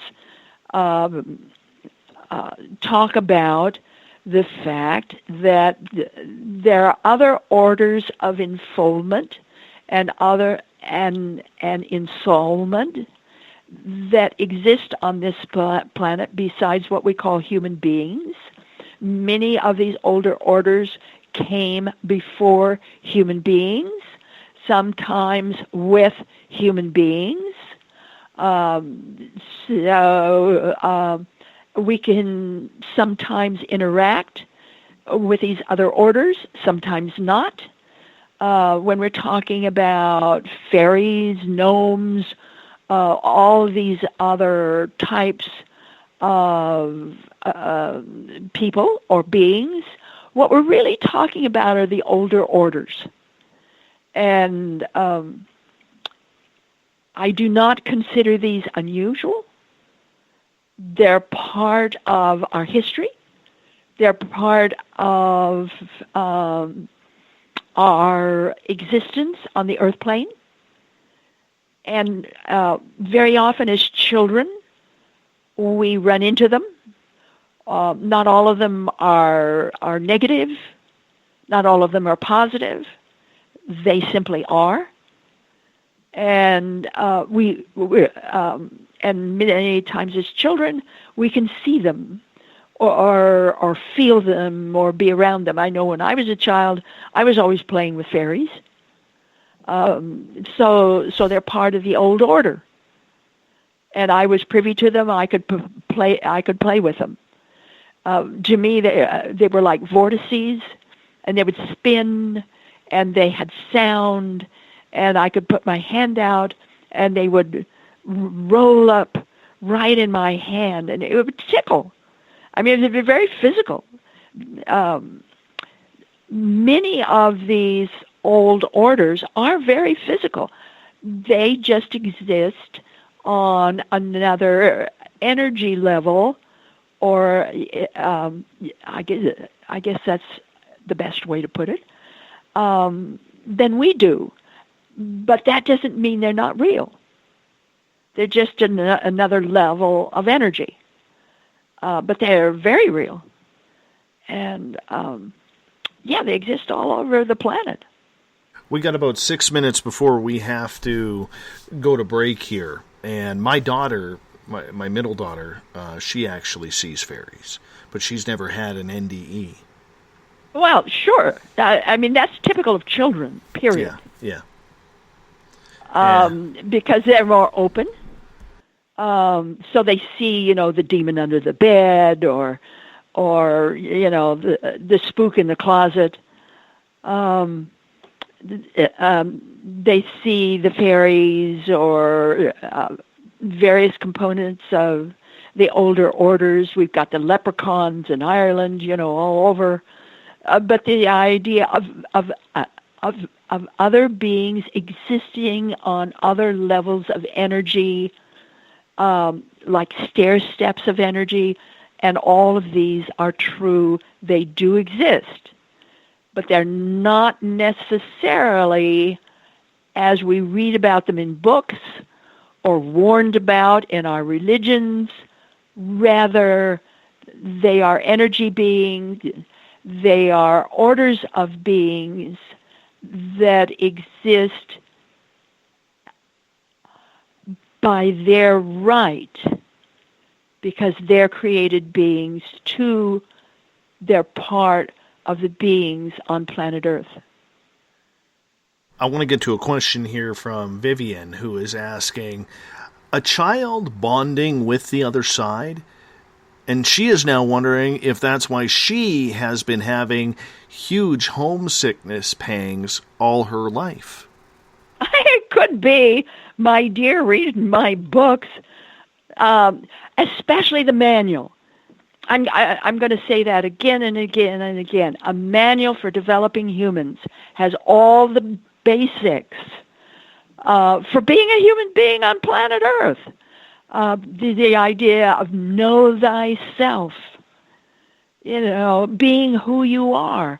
All the basics are in the manual, including what your friend is or the listener is talking about.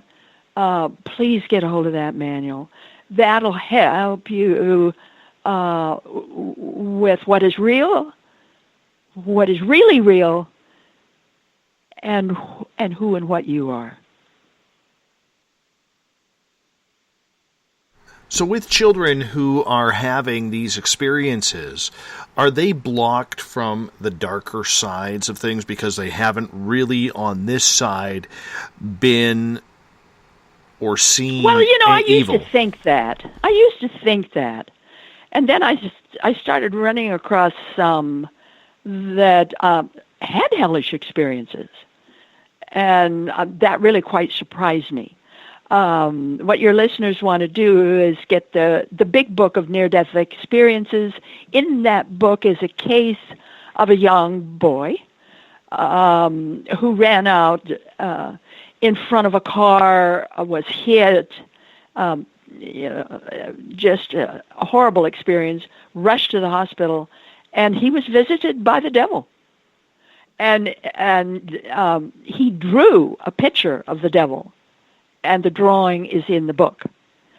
So children can have hellish experiences, but they very seldom do. In my research base, only 3% of my child experiencers had a hellish experience. 76% had the initial experience. 19% have the more heaven-like experience. Only 2% of the kids had the transcendent experience.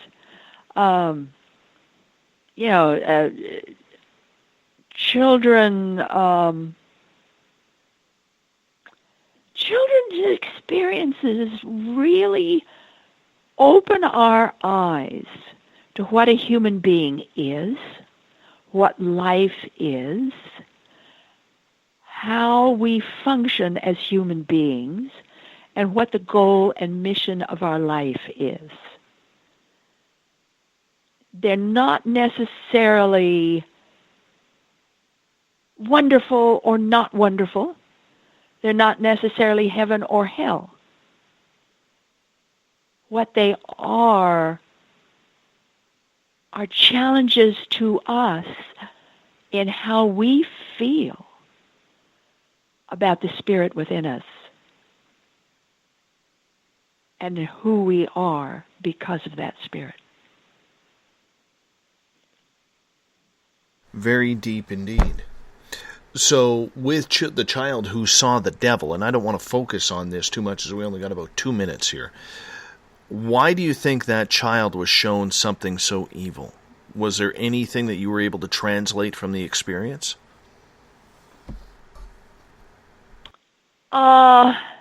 It could have been why he was treated. It could have been how and why he was treated the way he was at school. That might have had something to do with it. We can't say. We don't know. In my research base with adults, for instance, I found more hellish cases with those paragons of the community who were great parents, great people on their job, made a mark in the community. These were the ones that had most of the hellish experiences. Those people who were criminals or who were drunkards or had a really rotten life had many of the most lovely heavenly experiences. So, I couldn't judge it. You can't judge it. Very understandable. And on that note, I'm going to get you to hold on once again as we are going to go into our final break of the night. Dr. PMH Atwater is with us. We're talking near-death experiences all night long with children, adults, and the new kids since 1982. Some call them the millennials. We're going to get into more of that in hour number 3, along with the thought of the day. Dr. Atwater's website, pmhatwater.com. You can sign up for her newsletter, check out her plethora of books that she's written, pick something up that's going to suit your fancy. We'd appreciate it. We'll be back right after this. Hello, SOR listeners. Lorian Fenton here. Let me ask you, now that disclosure's happened, what does it mean for ufology? For answers, join us at UFOCon 2018 in South San Francisco, California, March 23rd through 25th. Keynote speakers Stephen Bassett, Grant Cameron, and Melinda Leslie address the current disclosure agenda. Dave Scott, yes, you're Dave Scott, and Lynn Buchanan tell of amazing alien encounters. Get your tickets at caufocon.com. That's caufocon.com. Are you tired of being blocked, shadow banned, or placed in jail for simply posting your thoughts on social media? Social Media Freedom can take care of that for you. Social Media Freedom is the newest and one of the best free new apps that allows you the freedom to post what you want, when you want. It takes seconds to download from your app store. Come join the tribe at Social Media Freedom. It's time to set yourself free. The first annual Caribou Paracon is happening September 28th to 30th in the 108 Mile Ranch, British Columbia, brought to you by the Canadian Society of Questers and Spaced Out Radio. Come listen to our featured speaker, Grant Cameron, along with Elizabeth Anglin, Paisley Town, Mike Moran, Eric Cooper, and more. It's a 3-day supernatural adventure at the Spruce Hills Resort and Spa. Tickets for the weekend are $150 Canadian. The Caribou Paracon, celebrating everything paranormal. A timepiece is a reflection of who you are, and what better way to show off the real you than with an Escape watch? Escape is a lifestyle brand accessorizing your days and nights. Choose to escape and create the life of discovery that you deserve. Dream, play, unite with your own personalized Escape watch. Head to escapewatches.com. There is no time like the present to enjoy your escape. Use promo code SMF2017 for your 20% discount today. Looking for a place to advertise at a very reasonable cost? Look no further than Spaced Out Radio. SpacedOutRadio.com has an advertising tab that you can click to check out our daily, weekly, and monthly packages to play on the radio, or our website including social media. From commercial spots to banners, we have it all. Check out our competitive pricing today.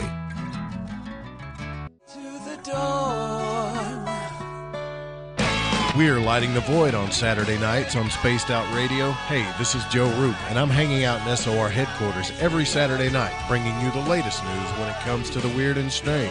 Bigfoot, occult, UFOs, ghosts, and everything in between, I got you covered. You can tune in to spacedoutradio.com starting at 9 p.m. Pacific, midnight Eastern Time. Come travel into the void with us on Spaced Out Saturdays. Not ready for bed on Saturday night? Right after Spaced Out Saturdays, hop on over to S4 with Corey Ruiz and me, Eric Cooper from Forest Moon Paranormal. With S4, there are no limits to what we try and uncover. From government conspiracies to helping clean up the paranormal, no topic is safe on S4. We get to the heart of the matter, of the subjects you want to learn more about. So tune in on S4 starting at midnight Pacific, 3 a.m. Eastern, only on spacedoutradio.com. Visit purpleplates.com today. For over 40 years, the Purple Energy Plates have been delivering amazing results for their many customers. Inspired by the great genius Nikola Tesla, the harmony, healing, and energetic effects of the plates have proven over and over to be beneficial and often miraculous to thousands of customers. Check their site for daily specials and choose from their many energy products. You won't be sorry. Visit them today at purpleplates.com. Hi there, I'm Butch Witkowski, lead investigator with U4COP. On the final Monday of every month, you can listen to me and host Dave Scott on Spaced Out Radio's Strange Days. We're going to get to the heart of the matter when it comes to what's happening out there. People are seeing and experiencing things from ET contact to Bigfoot, and I want to hear about it. Your experiences are what we investigators need to help solve these unknown mysteries, so tune in at spacedoutradio.com to the final Monday of every month from Butch Witkowski's Strange Days. This is Eric Markham, news editor for the Spaced Out Radio's The Encounter Online. We have put together a great team of writers and journalists from all over the world to bring you top-quality paranormal stories, from alien encounters to the latest conspiracies. You won't find any of that fake news here. True stories and top-notch reporting as we look to bring these experiences to the mainstream. The Encounter Online, only at spacedoutradio.com. Do you want to know the truth? Do UFOs exist? Are aliens real? Are the governments hiding the biggest secret in history? We're UFO seekers, and we're on a hunt for the truth. Subscribe to our YouTube channel and follow along with us as we journey across the United States, visiting UFO hotspots and alien hotspots, trying to document the UFO phenomenon. Catch us on Spaced Out Radio every third Monday of the month as we discuss Area 51, UFOs, and more. And also, don't forget to subscribe to us on YouTube. You hear footsteps in the empty room above you. A rocking chair begins rocking by itself. Don't be afraid of the things that go bump in the night. Reach for Spirit Storybox, the iPhone app the Huffington Post UK called the only ghost hunting app you will ever need. Spirit Storybox. The spirits are telling their stories. It's Cosmic Sundays with me, Elizabeth Anglin, in Cosmic Passport. Let me take you down a 3-hour spiritual journey where we will get into everything from ET contact to Psychic Sundays. It's a journey of listening and learning together with some of the best professionals in their fields. You can tune in to Cosmic Passport at spacedoutradio.com every Sunday, starting at 9 p.m. Pacific, midnight Eastern.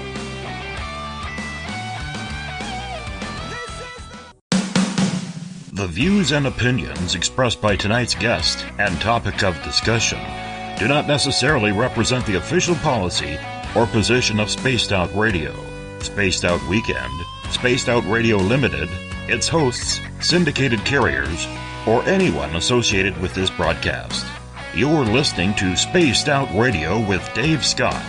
Follow Dave on Twitter at Spaced Out Radio and hashtag Spaced Out Radio, and on Facebook, Spaced Out Radio Show. Now, back to the program. Welcome back to the third and final hour of Spaced Out Radio tonight. I am your host, Dave Scott. Great to have you with us. Tomorrow night on the program, Ghosts of the Great White North. Mike Morin from Haunted Crew of Canada joins us once again as we will talk everything paranormal. We'll take your calls as well, starting at 9 p.m. Pacific, midnight Eastern Time at spacedoutradio.com. We want to welcome in everyone listening in on WQEE 99 Rock the Key down in Noonan, Georgia, home of the Walking Dead.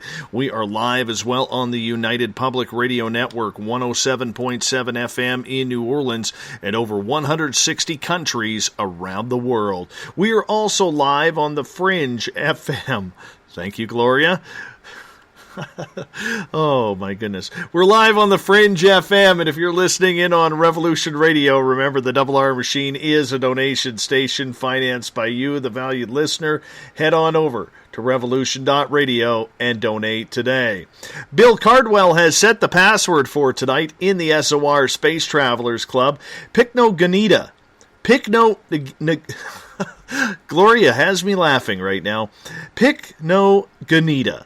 Pycnogonida is your password. Make sure you use it wisely, Space Travelers, as Bill sets a password each and every night right here on the mighty SOR. Now, if you want to follow us on social media, we are live Monday through Friday on periscope.tv. We're on Twitter at Spaced Out Radio. Use the hashtag Spaced Out Radio if you want to connect live with me during the show as well. Give our Facebook page a like, Spaced Out Radio Show. On Instagram, you can follow me at Dave Scott SOR. Subscribe to our YouTube channel, Spaced Out Radio. You can watch us on iHeartRadio in the United States. TalkStream Live. Tune us in on TuneIn. Download and subscribe to our shows on iTunes.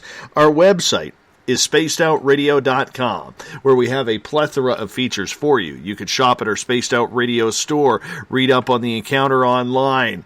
Also, watch great videos from UFO Seekers, Contact TV, or you can rock out to some Bumblefoot as well at spacedoutradio.com. For the final time tonight, we introduce Dr. PMH Atwater. We have been talking near-death experiences all night. Her website, pmhatwater.com. Sign up for her newsletter that comes out frequently, or you can check out all of her books.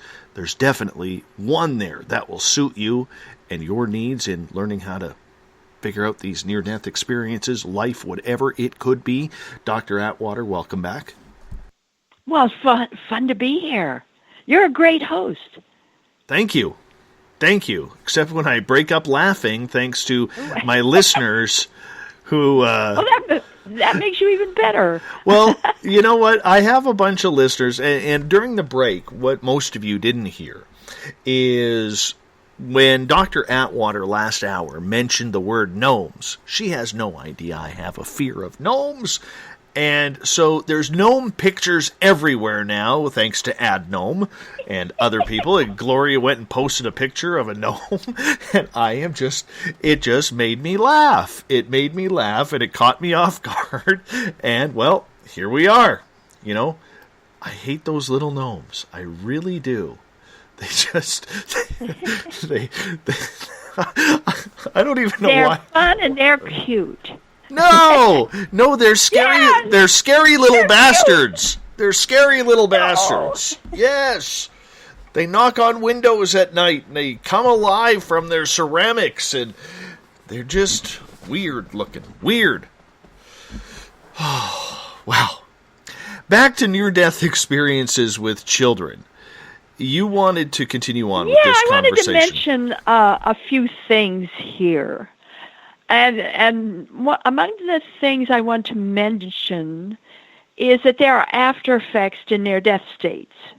And it's not just the fact that you lose your fear of death, you become more psychic, you become more loving and more giving. It's not just that. There are physiological changes as well. So there's psychological and then there's physiological. And on the physiological changes, certainly I mentioned some of them, the sensitivity to pharmaceuticals afterward, but especially there are changes to brain function, nerve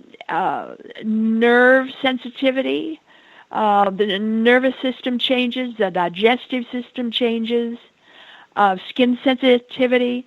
You become much more sensitive to taste, touch, texture, smell, odors of any kind. But this idea that the brain itself, the structures within the brain change as well. So we're talking about a a really large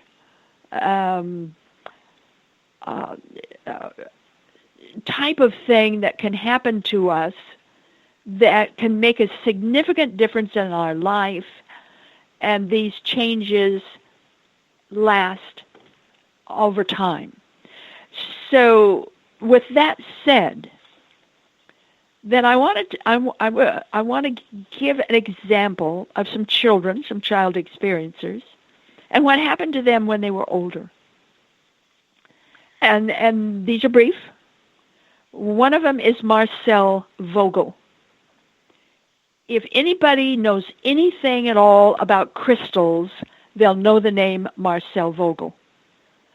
I think he is the greatest mind we ever had on the use of crystals. Marcel Vogel died of pneumonia, double lobar pneumonia, at the age of 6. They were able to bring him back.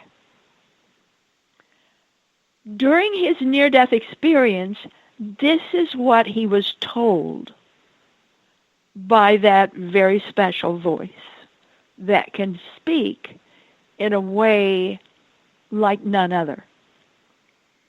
Now, bear in mind, as I read to you what he was told, that this is a 6-year-old kid. This is what he was told, and I quote, "You will be a phosphor chemist. You will do pioneering work in luminescence. You will write a book and create your own business." Now, stop for a minute. This is a 6-year-old kid. He's being told, how could he even spell luminescence or even phosphor? But this is what he was told at the age of 6. He grew up to be one of the greatest inventors IBM ever had, 32 patents.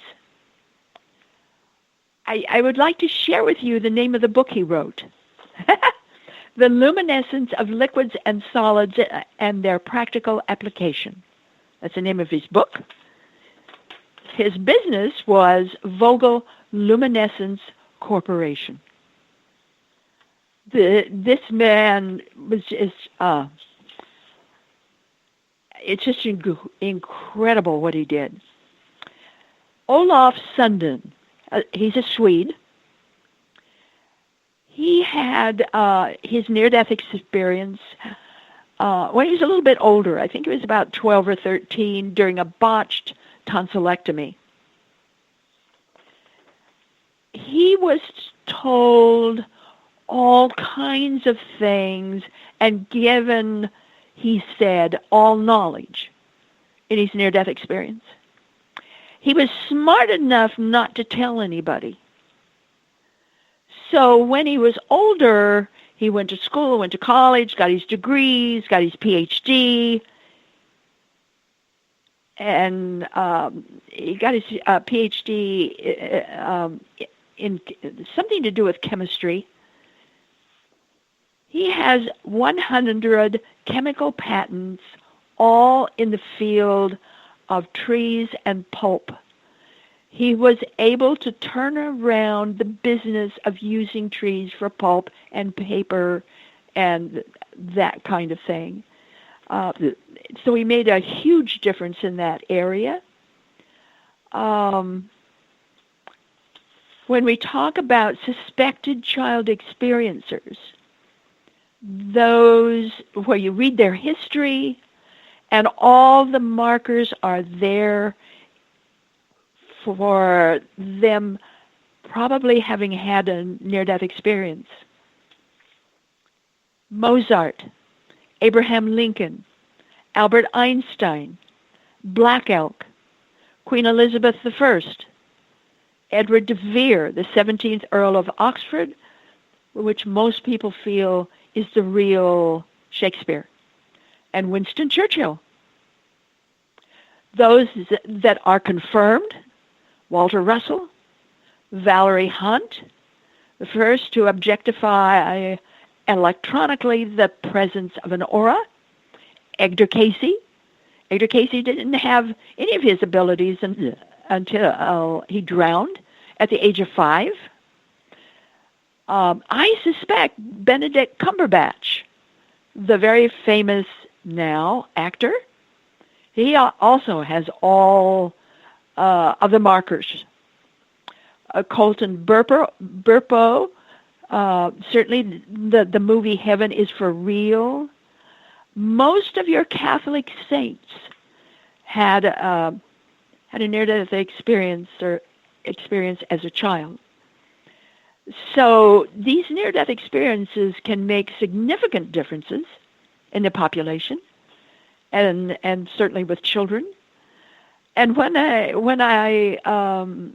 was able to see this and list this and understand this, then I began to notice something very interesting, at least to me, and that is that most children, a lot of children being born today, certainly since 1982, we're having a lot of these same characteristics afterward. So I did a separate research on what I call the new kids, those born since about 1982. Certainly it can apply to those born before that. But I'm drawing the line at about 1982. That's the year when computers were available. And when I'm looking at what most people call millennials, and that's fine, I'm looking at the human race itself, worldwide, globally, especially in the developed countries. We're showing changes in core DNA. And those changes are matching, or nearly matching, near-death kids. So when you're talking about the millennials or your kids today, maybe you're one of them. A lot of these people now are in their 30s, but certainly the millennials today, we're talking about a profile of characteristics that are a little bit different. Let me talk about the basic profile on the plus side of these new kids. They're probably your kids, or maybe kids that you know, or young people that you know. Basic profile on the plus side: intelligent, even if flunking and can't spell. About 1/3 are geniuses, even if learning disabled. I want to dwell on that for just a minute because the Wechsler test, and I'm pronouncing it that way, I've never heard it any other way. It's your standard IQ test that tests for what you've learned. The Ravens test tests what you can learn. If you get autistic children or children with learning disorders and have them tested on the Ravens test, what it shows is about 1/3 of those kids test out between 150 to 160 also. So we're not just talking about regular kids, we're also talking about autistic kids, maybe some of these kids with learning disorders. They're coming back as geniuses too. They just use that genius in a different way, or they speak a different language. They express themselves differently, but they're still intelligent. These children are very music-oriented. Of course, most people are. They're unusually creative, though, and spiritually minded. They're intuitive, psychic. Many remember past lives. They're excellent with math. Don't let them fool you about this. They're natural-born healers, many of them. They're ready-to-go entrepreneurs. They're irreverent, quirky. They have unique beliefs. They're visionary problem solvers. They're very knowing. They're volunteer-minded. They make wonderful humanitarians. They're groupies who move as if part of a collective. It's almost as if they had a collective mind. They often attend night school in addition to dreaming. Let me explain night school. I was at a shopping center. There was a mother next to me with her son, I guess maybe first grade. Way down the hall is a mom and dad with their son, and these two boys instantly recognized each other, called each other by name, and ran to each other and embraced. And these two boys shared what they learned in night school and the assignment that they were given by their teacher. Now, let's stop for a second. The mom next to me with her boy was local.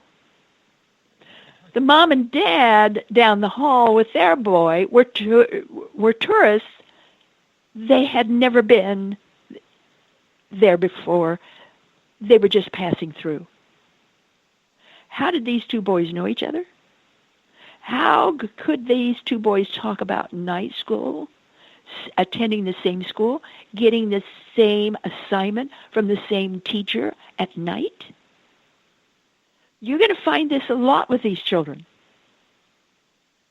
that they are getting education from another level. These children abstract at very young ages. They are spatial learners. There is a fusion of sexes and gender mixing. Intersex is what they are here to bring about. They are multisensory, multi-channelers who live in a multiverse. Let's look at the minus side. They're very impulsive, impatient. They feel entitled. They're overconfident, ultimate consumers. They have an underlying anger, little tolerance for lies or manipulation. They prefer the astral and synthetic worlds. They're highly sensitive to drugs, snack foods, highly sensitive to anything toxic or incoherent electronic energy. They do not assimilate nutrition well. They have no concept of authority. They need mentors, not bosses. They appear wiser than they are. Self-deception is a big issue. They are sensitive to trickster energy, possessions, attachments, any kind of beings on any level that want to trick them. They believe it, even if it's not true. They expect things to come to them. They do not recognize boundaries, even that of skin. And their greatest fear, hold on, their greatest fear is silence. They don't know what to do with silence. Wow. Why is silence so powerful?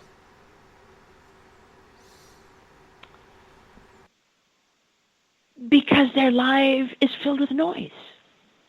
Their lives are filled with the digital world. Most of our children today are on how do I say this? that are part of the digital world for 10 hours a day. I find it very interesting that most of our internet geniuses do not allow their own children to learn to use computers till those kids are about 8. Yet they're spewing out all of this equipment and all of these ideas for our children from babes on. No child should use a computer at all or anything digital until at least the age of 3. They're not really able to deal with that, deal with this whole world of cyber in any concrete way until they've passed through puberty. So look at all these little kids who are experts in the cyber world. But they're losing the ability to handle emotions. They're losing the ability to touch and understand touch. They're losing the ability to understand the natural world. All of the children we have today, their first understanding of the world is through screens. You and I, our first understanding of the world is out the door. It's animals or woods or trees or grass or playing in the mud. Not these kids. Their understanding of the world is through a screen. I'd like to get to some. Get some questions from our audience, if you don't mind.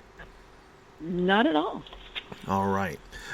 Over on the Revolution Radio chat room, Stardust Man is asking if you've ever seen the children's movie Never Ending Story, and if you have, what do you think about what the nothing is from that movie? I don't remember all of that. Yes, I saw it, and I loved it. But the nothing, I really can't answer that because I was so caught up in the story. I was just enjoying the story, and it didn't bother me about the nothing except maybe misplaced ego. But I just, I can't really give you an answer. That's because okay. I just enjoyed the movie. And you're allowed. You're definitely allowed. Dawn, I didn't pay any attention to the nothing. Dawn is asking, what are the markers of an NDE that you talk about? Well, I've already given that. So apparently you want it again. She just hopped in. She's been working tonight, so okay. We'll forgive her on this one. Sorry about that. We will forgive her. For pre-birth, birth, trauma, babes, and toddlers. Here's the markers. And they're going to be very similar to the new kids, remember. Non-traditional, non-conformist attitude. May lose bonding to parents. Most of them feel foreign in their own family. They bond to the other side. They are very charming, or there's a charisma. There's a charm and a charisma to animals and birds. They're socially backward, many of them. They're unafraid of death at all. They're very bold, highly intuitive, knowing, creative, aware of things future, a unique sensitivity to light and sound, sensitivities to touch, taste, texture, smell. Many of them have allergies of various kinds. School is a problem. They're bored at school. These kids know more than the teacher does, so they're very bored at school. They're drawn to the spirit worlds, spirituality, Many of them see ghosts, disincarnate spirits. They have a obsessive drive to accomplish given tasks and projects. Can be mission-oriented as the years pass. No sense of time or money, yet they want a home. Traditional, non-traditional relationships, yet they want marriage. Commitments are important. They have a special relationship with electricity. Sensitive to pharmaceuticals, may search for missing worlds, decidedly independent and inventive. You see that a lot. I'm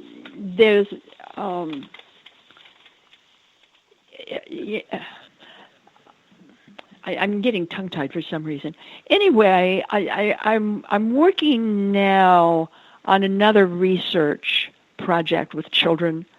My first one was from birth to the age of 15 years, 277 in my research base. The book for that was The New Children and Near-Death Experiences, still readily available. I really recommend that book for anyone who wants to understand children who have near-death experiences. I'm working now on another project. I intend this to be a major study of child experiencers. This time, I'm going for the tiny ones between birth and the age of 5 and womb memories.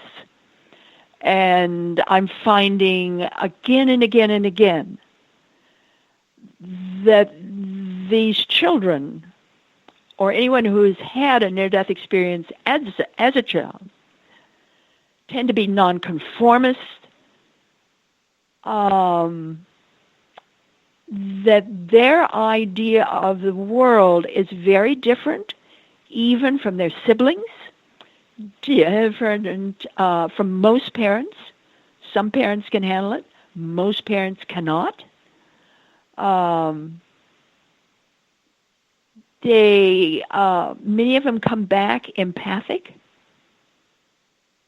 They're just super, super sensitive. What I'm finding with these children, any of the children, is that they don't handle the near-death experience like an adult does. The younger the child, the more this is true. And the average adult takes 7 to 10 years to integrate their experience. Don't believe them if they say that they've integrated it before then. They haven't. It takes a full 7 to 10 years. I don't care how clever they are. I don't care how many psychics have worked with them. I don't care how many new and different types of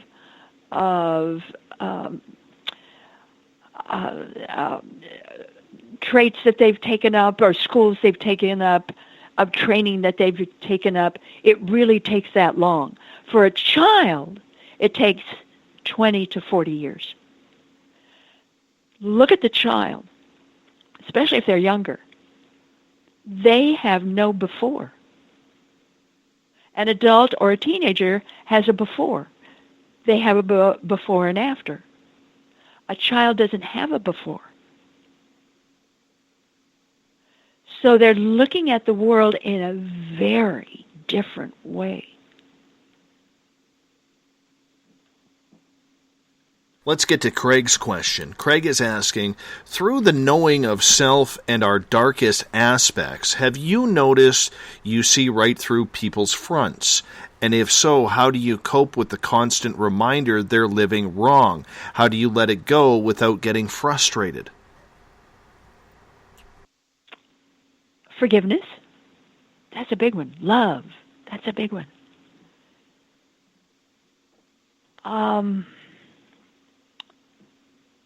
you come to realize that all of us are here for different purposes. We're here in different ways. We're handling our life in different ways. Some of us are in grade school. Some of us are in high school. Some of us are long past all of the grades. Some of us are here on vacation. Who knows why why all of us are here? But certainly, the more you learn about yourself, the more you learn about life itself, the more you're able to handle people who are different. And I highly recommend a manual for developing humans that shows you how, all of the how-tos, all of the basics on how you handle this. What I'm finding in my own life, the more I understand myself, the more I understand my own motivations, the less other people bother me. And I'm finding that that I really enjoy other people. Doesn't matter if they don't like me. Doesn't matter at all. I like them. And I enjoy being around them.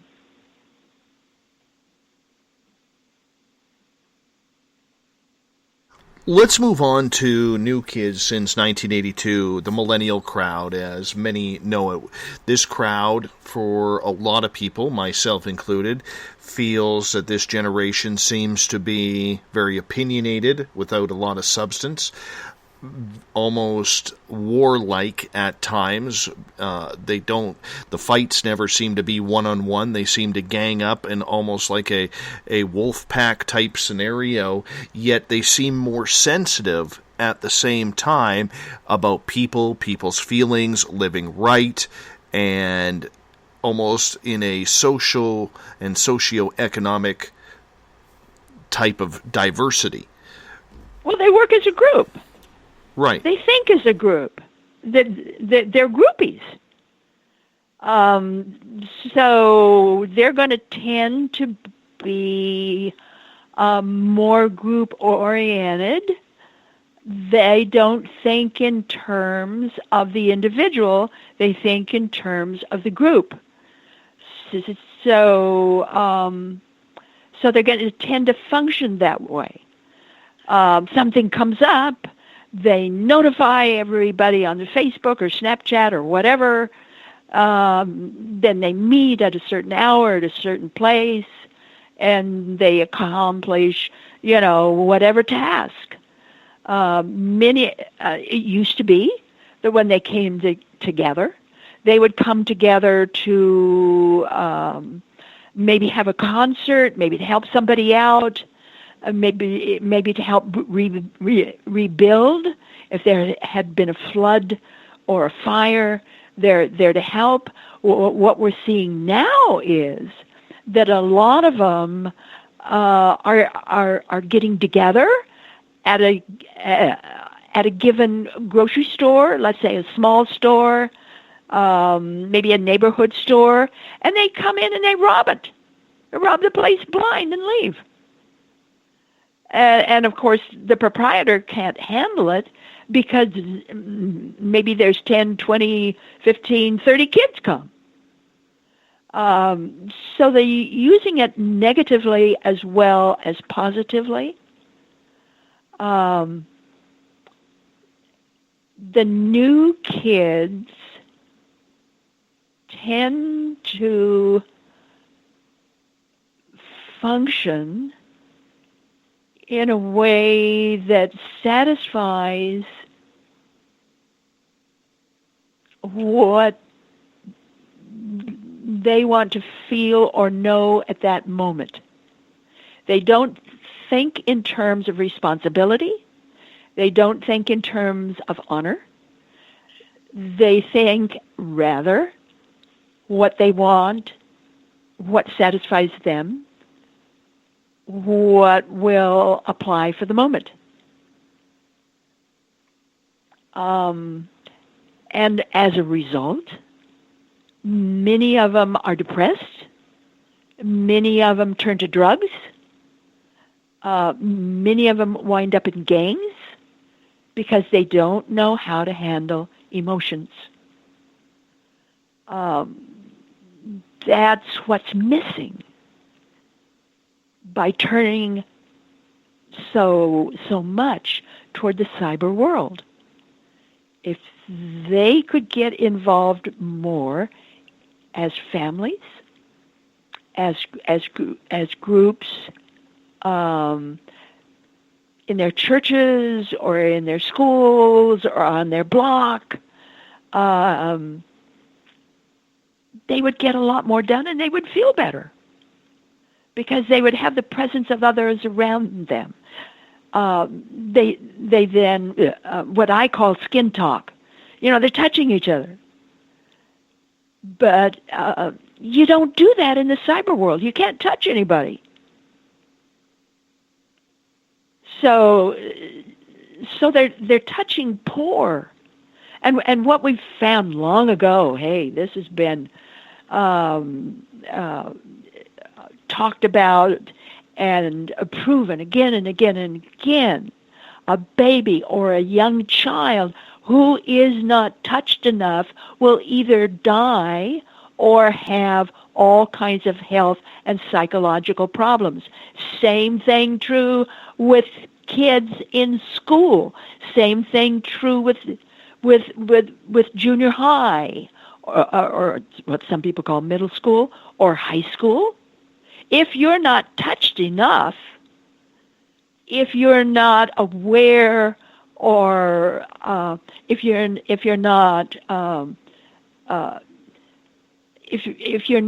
able to emote, or if you're not able to be emotional and have those emotions caught and felt and responded to, then you start having these psychological problems. And we're seeing it all over the United States. Kids, major problems with depression, major problems with drugs, major problems with crime. Well, not so much major problems with crime, that's gone down a little. But the depression and the drugs have gone up. So have other addictions like cutting. Yeah, you've got to be touched. You've got to, that idea of the group, the family. If you can have people around where you can talk to, and just this idea of a family, whether they're related or not. And we're missing it now. So we've got a bunch of screwed up kids. Are they is that generation too smart for their own good, or just not socially adept to understanding what the real world is like? Because, let's face it, between schools, between journalism, between magazine articles, television, social media, they have been so babied and coddled to silly things like participation ribbons for everybody instead of learning that life is about winning and losing. Well, we've forgotten the basics. And we're now looking at the result. The basics of having your own garden.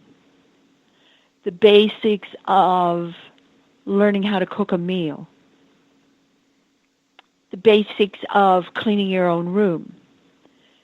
The basics of helping each other. The basics of that sense of family, whether it's your own or whether it's one you can build and form that is still a good family in the sense of supportive and helpful. In our rush to be smart, in our rush to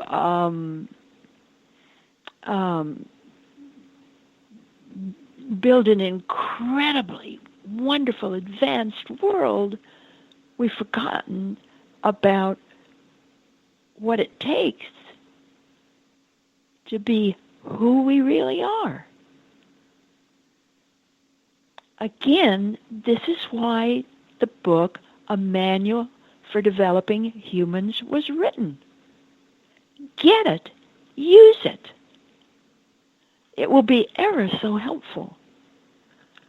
But, you know, these new kids are brilliant. They're supposed to be brilliant. You know, there's been a change. We are changing in our core DNA.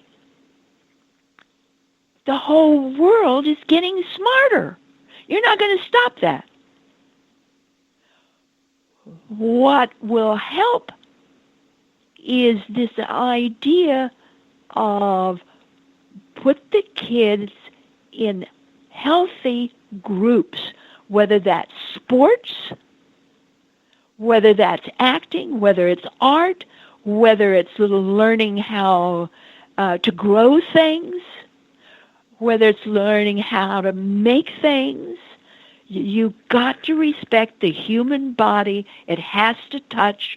It has to be used. You can't just sit on your fanny and use a computer. You've got to use the body you wear.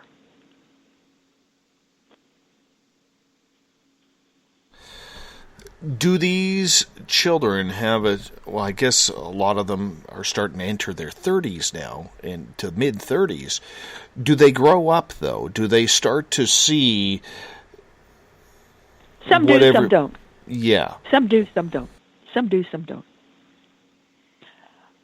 What is thrilling me is what I call the 911 generation. That's those from 2002 to 2024. They are the adapters. And what I'm seeing with the adapters is that they are really involved in politics. They're really involved in making a change in their society and their city and their family. They're really involved in getting out their door and wanting to go for broke in a different way, not just in the cyber world, but they're there on the city council.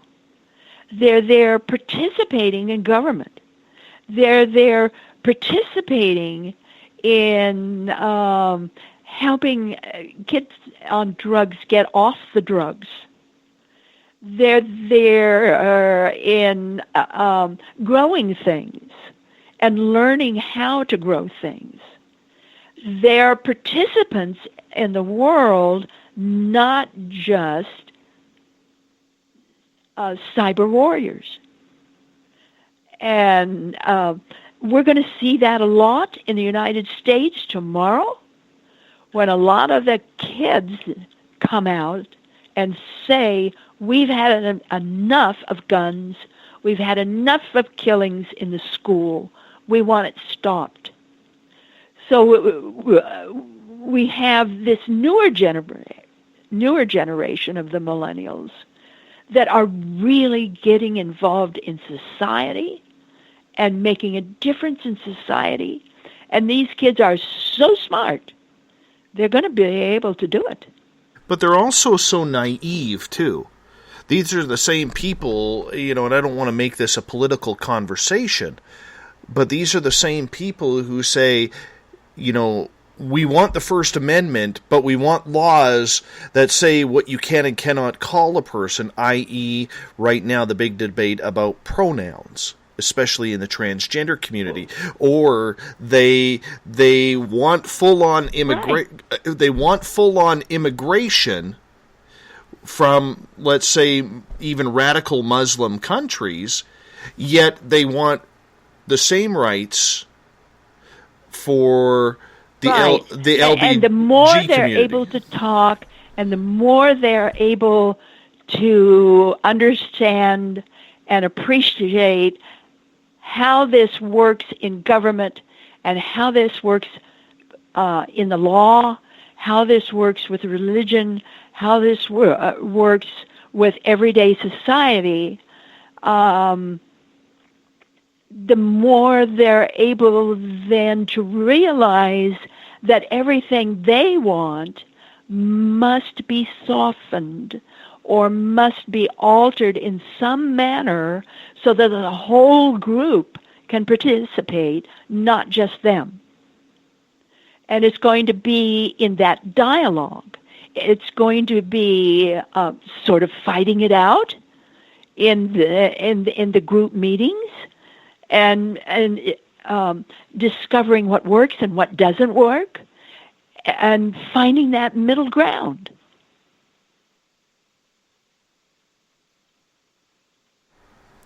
Interesting. We need to allow them that, to find that middle ground, and we need mentors. They don't need bosses, they need mentors, lots of mentors.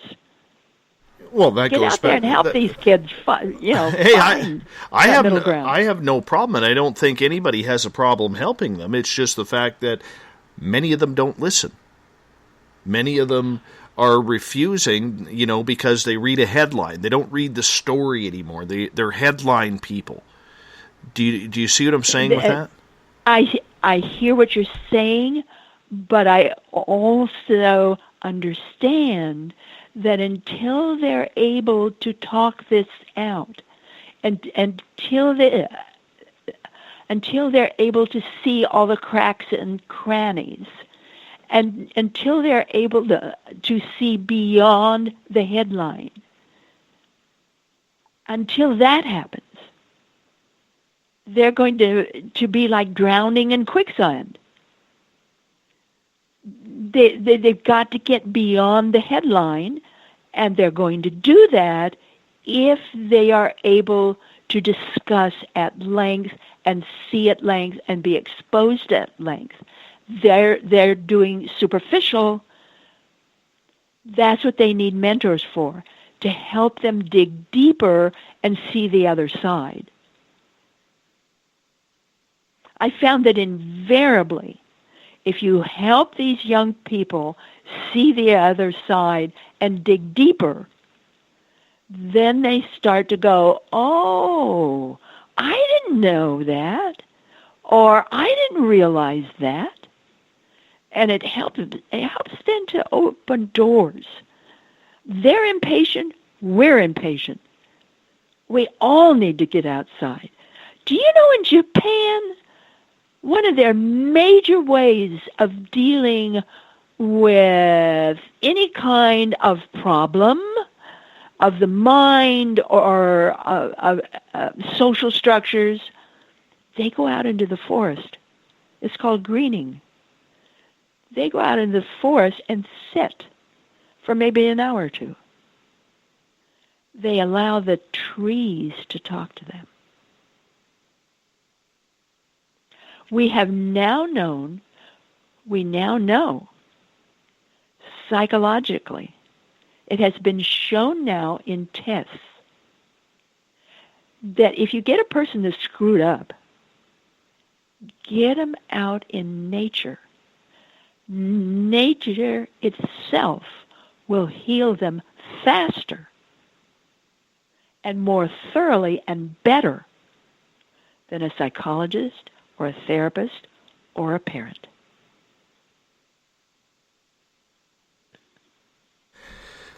I can tell you this, I'm a firm believer in that. I was never a real tree hugger kind of guy, but today the snow melted in my front yard where I actually saw ground, and I've got I've got 7 or 8 60-plus foot trees in my front yard. And I went and hugged one of them. And it was weird. And you know what was weird is I'm a guy, I can pick up on energy. Right? Yeah. And just one of those things. And so I gave my tree a hug, and my wife was right there as well. And I'm like, it's good to see you again. Thanks for, whatever. And the message that I got back from it was, what the hell are you doing? Why are you hugging me? What is this all about? I'm not too sure about this. Well, sit out there a little bit longer. Be out there a little bit longer. I think the tree thought I was sexually harassing really converse. it. Yeah. I thought the tree thought I was sexually harassing it or something. I don't know. I don't know. No, but it was the weirdest feeling because he's like, what are you doing? Why are you doing this? Because I'm a firm believer, just in my own spirituality, that if you take the time to listen, there are messages there. There certainly are. If you're feeling uptight, go sit on a rock for a while. Oh, it's wonderful. It's absolutely wonderful. Or take a walk. Get out in the breezes. The Native Americans always say, if you're really, really angry, then lay down on the ground, face down on the ground, dig kind of a little dent or a hole in the ground, and scream into it. Mm-hmm. Just scream into the ground, and the ground will heal you. That I believe. That I totally believe. It's true. And it works every time. We only have about a minute and a half left with you, and I want to say thank you so much, Dr. Atwater, for coming on tonight's show. It was a great way for us to start our week. Thank you so much. Well, thank you for having me. It's been fun to talk about all these kinds of things. 3 hours is a long time, so I found in this last hour, I'm starting to get a little tongue-tied. I don't feel tired, but my tongue is a little tired. But all these things, I would love to share what's happening in the world today. We've got one third of the kids coming in smarter than we've ever had before. We've got 1/3 coming in more creative and interested than we've ever had before. And we've got 1/3 coming in as sociopaths. Really, we do. So we're getting this mishmash. And when I look at that, thirds are nature's way of strength, of art, of harmony, of beauty. When you look at these thirds with the kids, and you look at what thirds really are, then that convinces me there's someone else in charge of this universe besides us. Love it. And there's something else going on, and that is wonderful. It's taking us to places we can't imagine. And it's taking us with people. Beautiful. that Absolutely are, beautiful. More wonderful than ever before. Dr. Atwater, I got to wrap this up. Thank you so much for being on Spaced Out Radio tonight. What a pleasure, and I hope we can do it again. You betcha. Bye-bye. All right, take care. Dr. PMH Atwater. The website, pmhatwater.com. You can sign up for her newsletter. I highly suggest you do. Also, I suggest you go check out her books. There's probably one in there that could do you some good. So make sure you check it out, pmhatwater.com.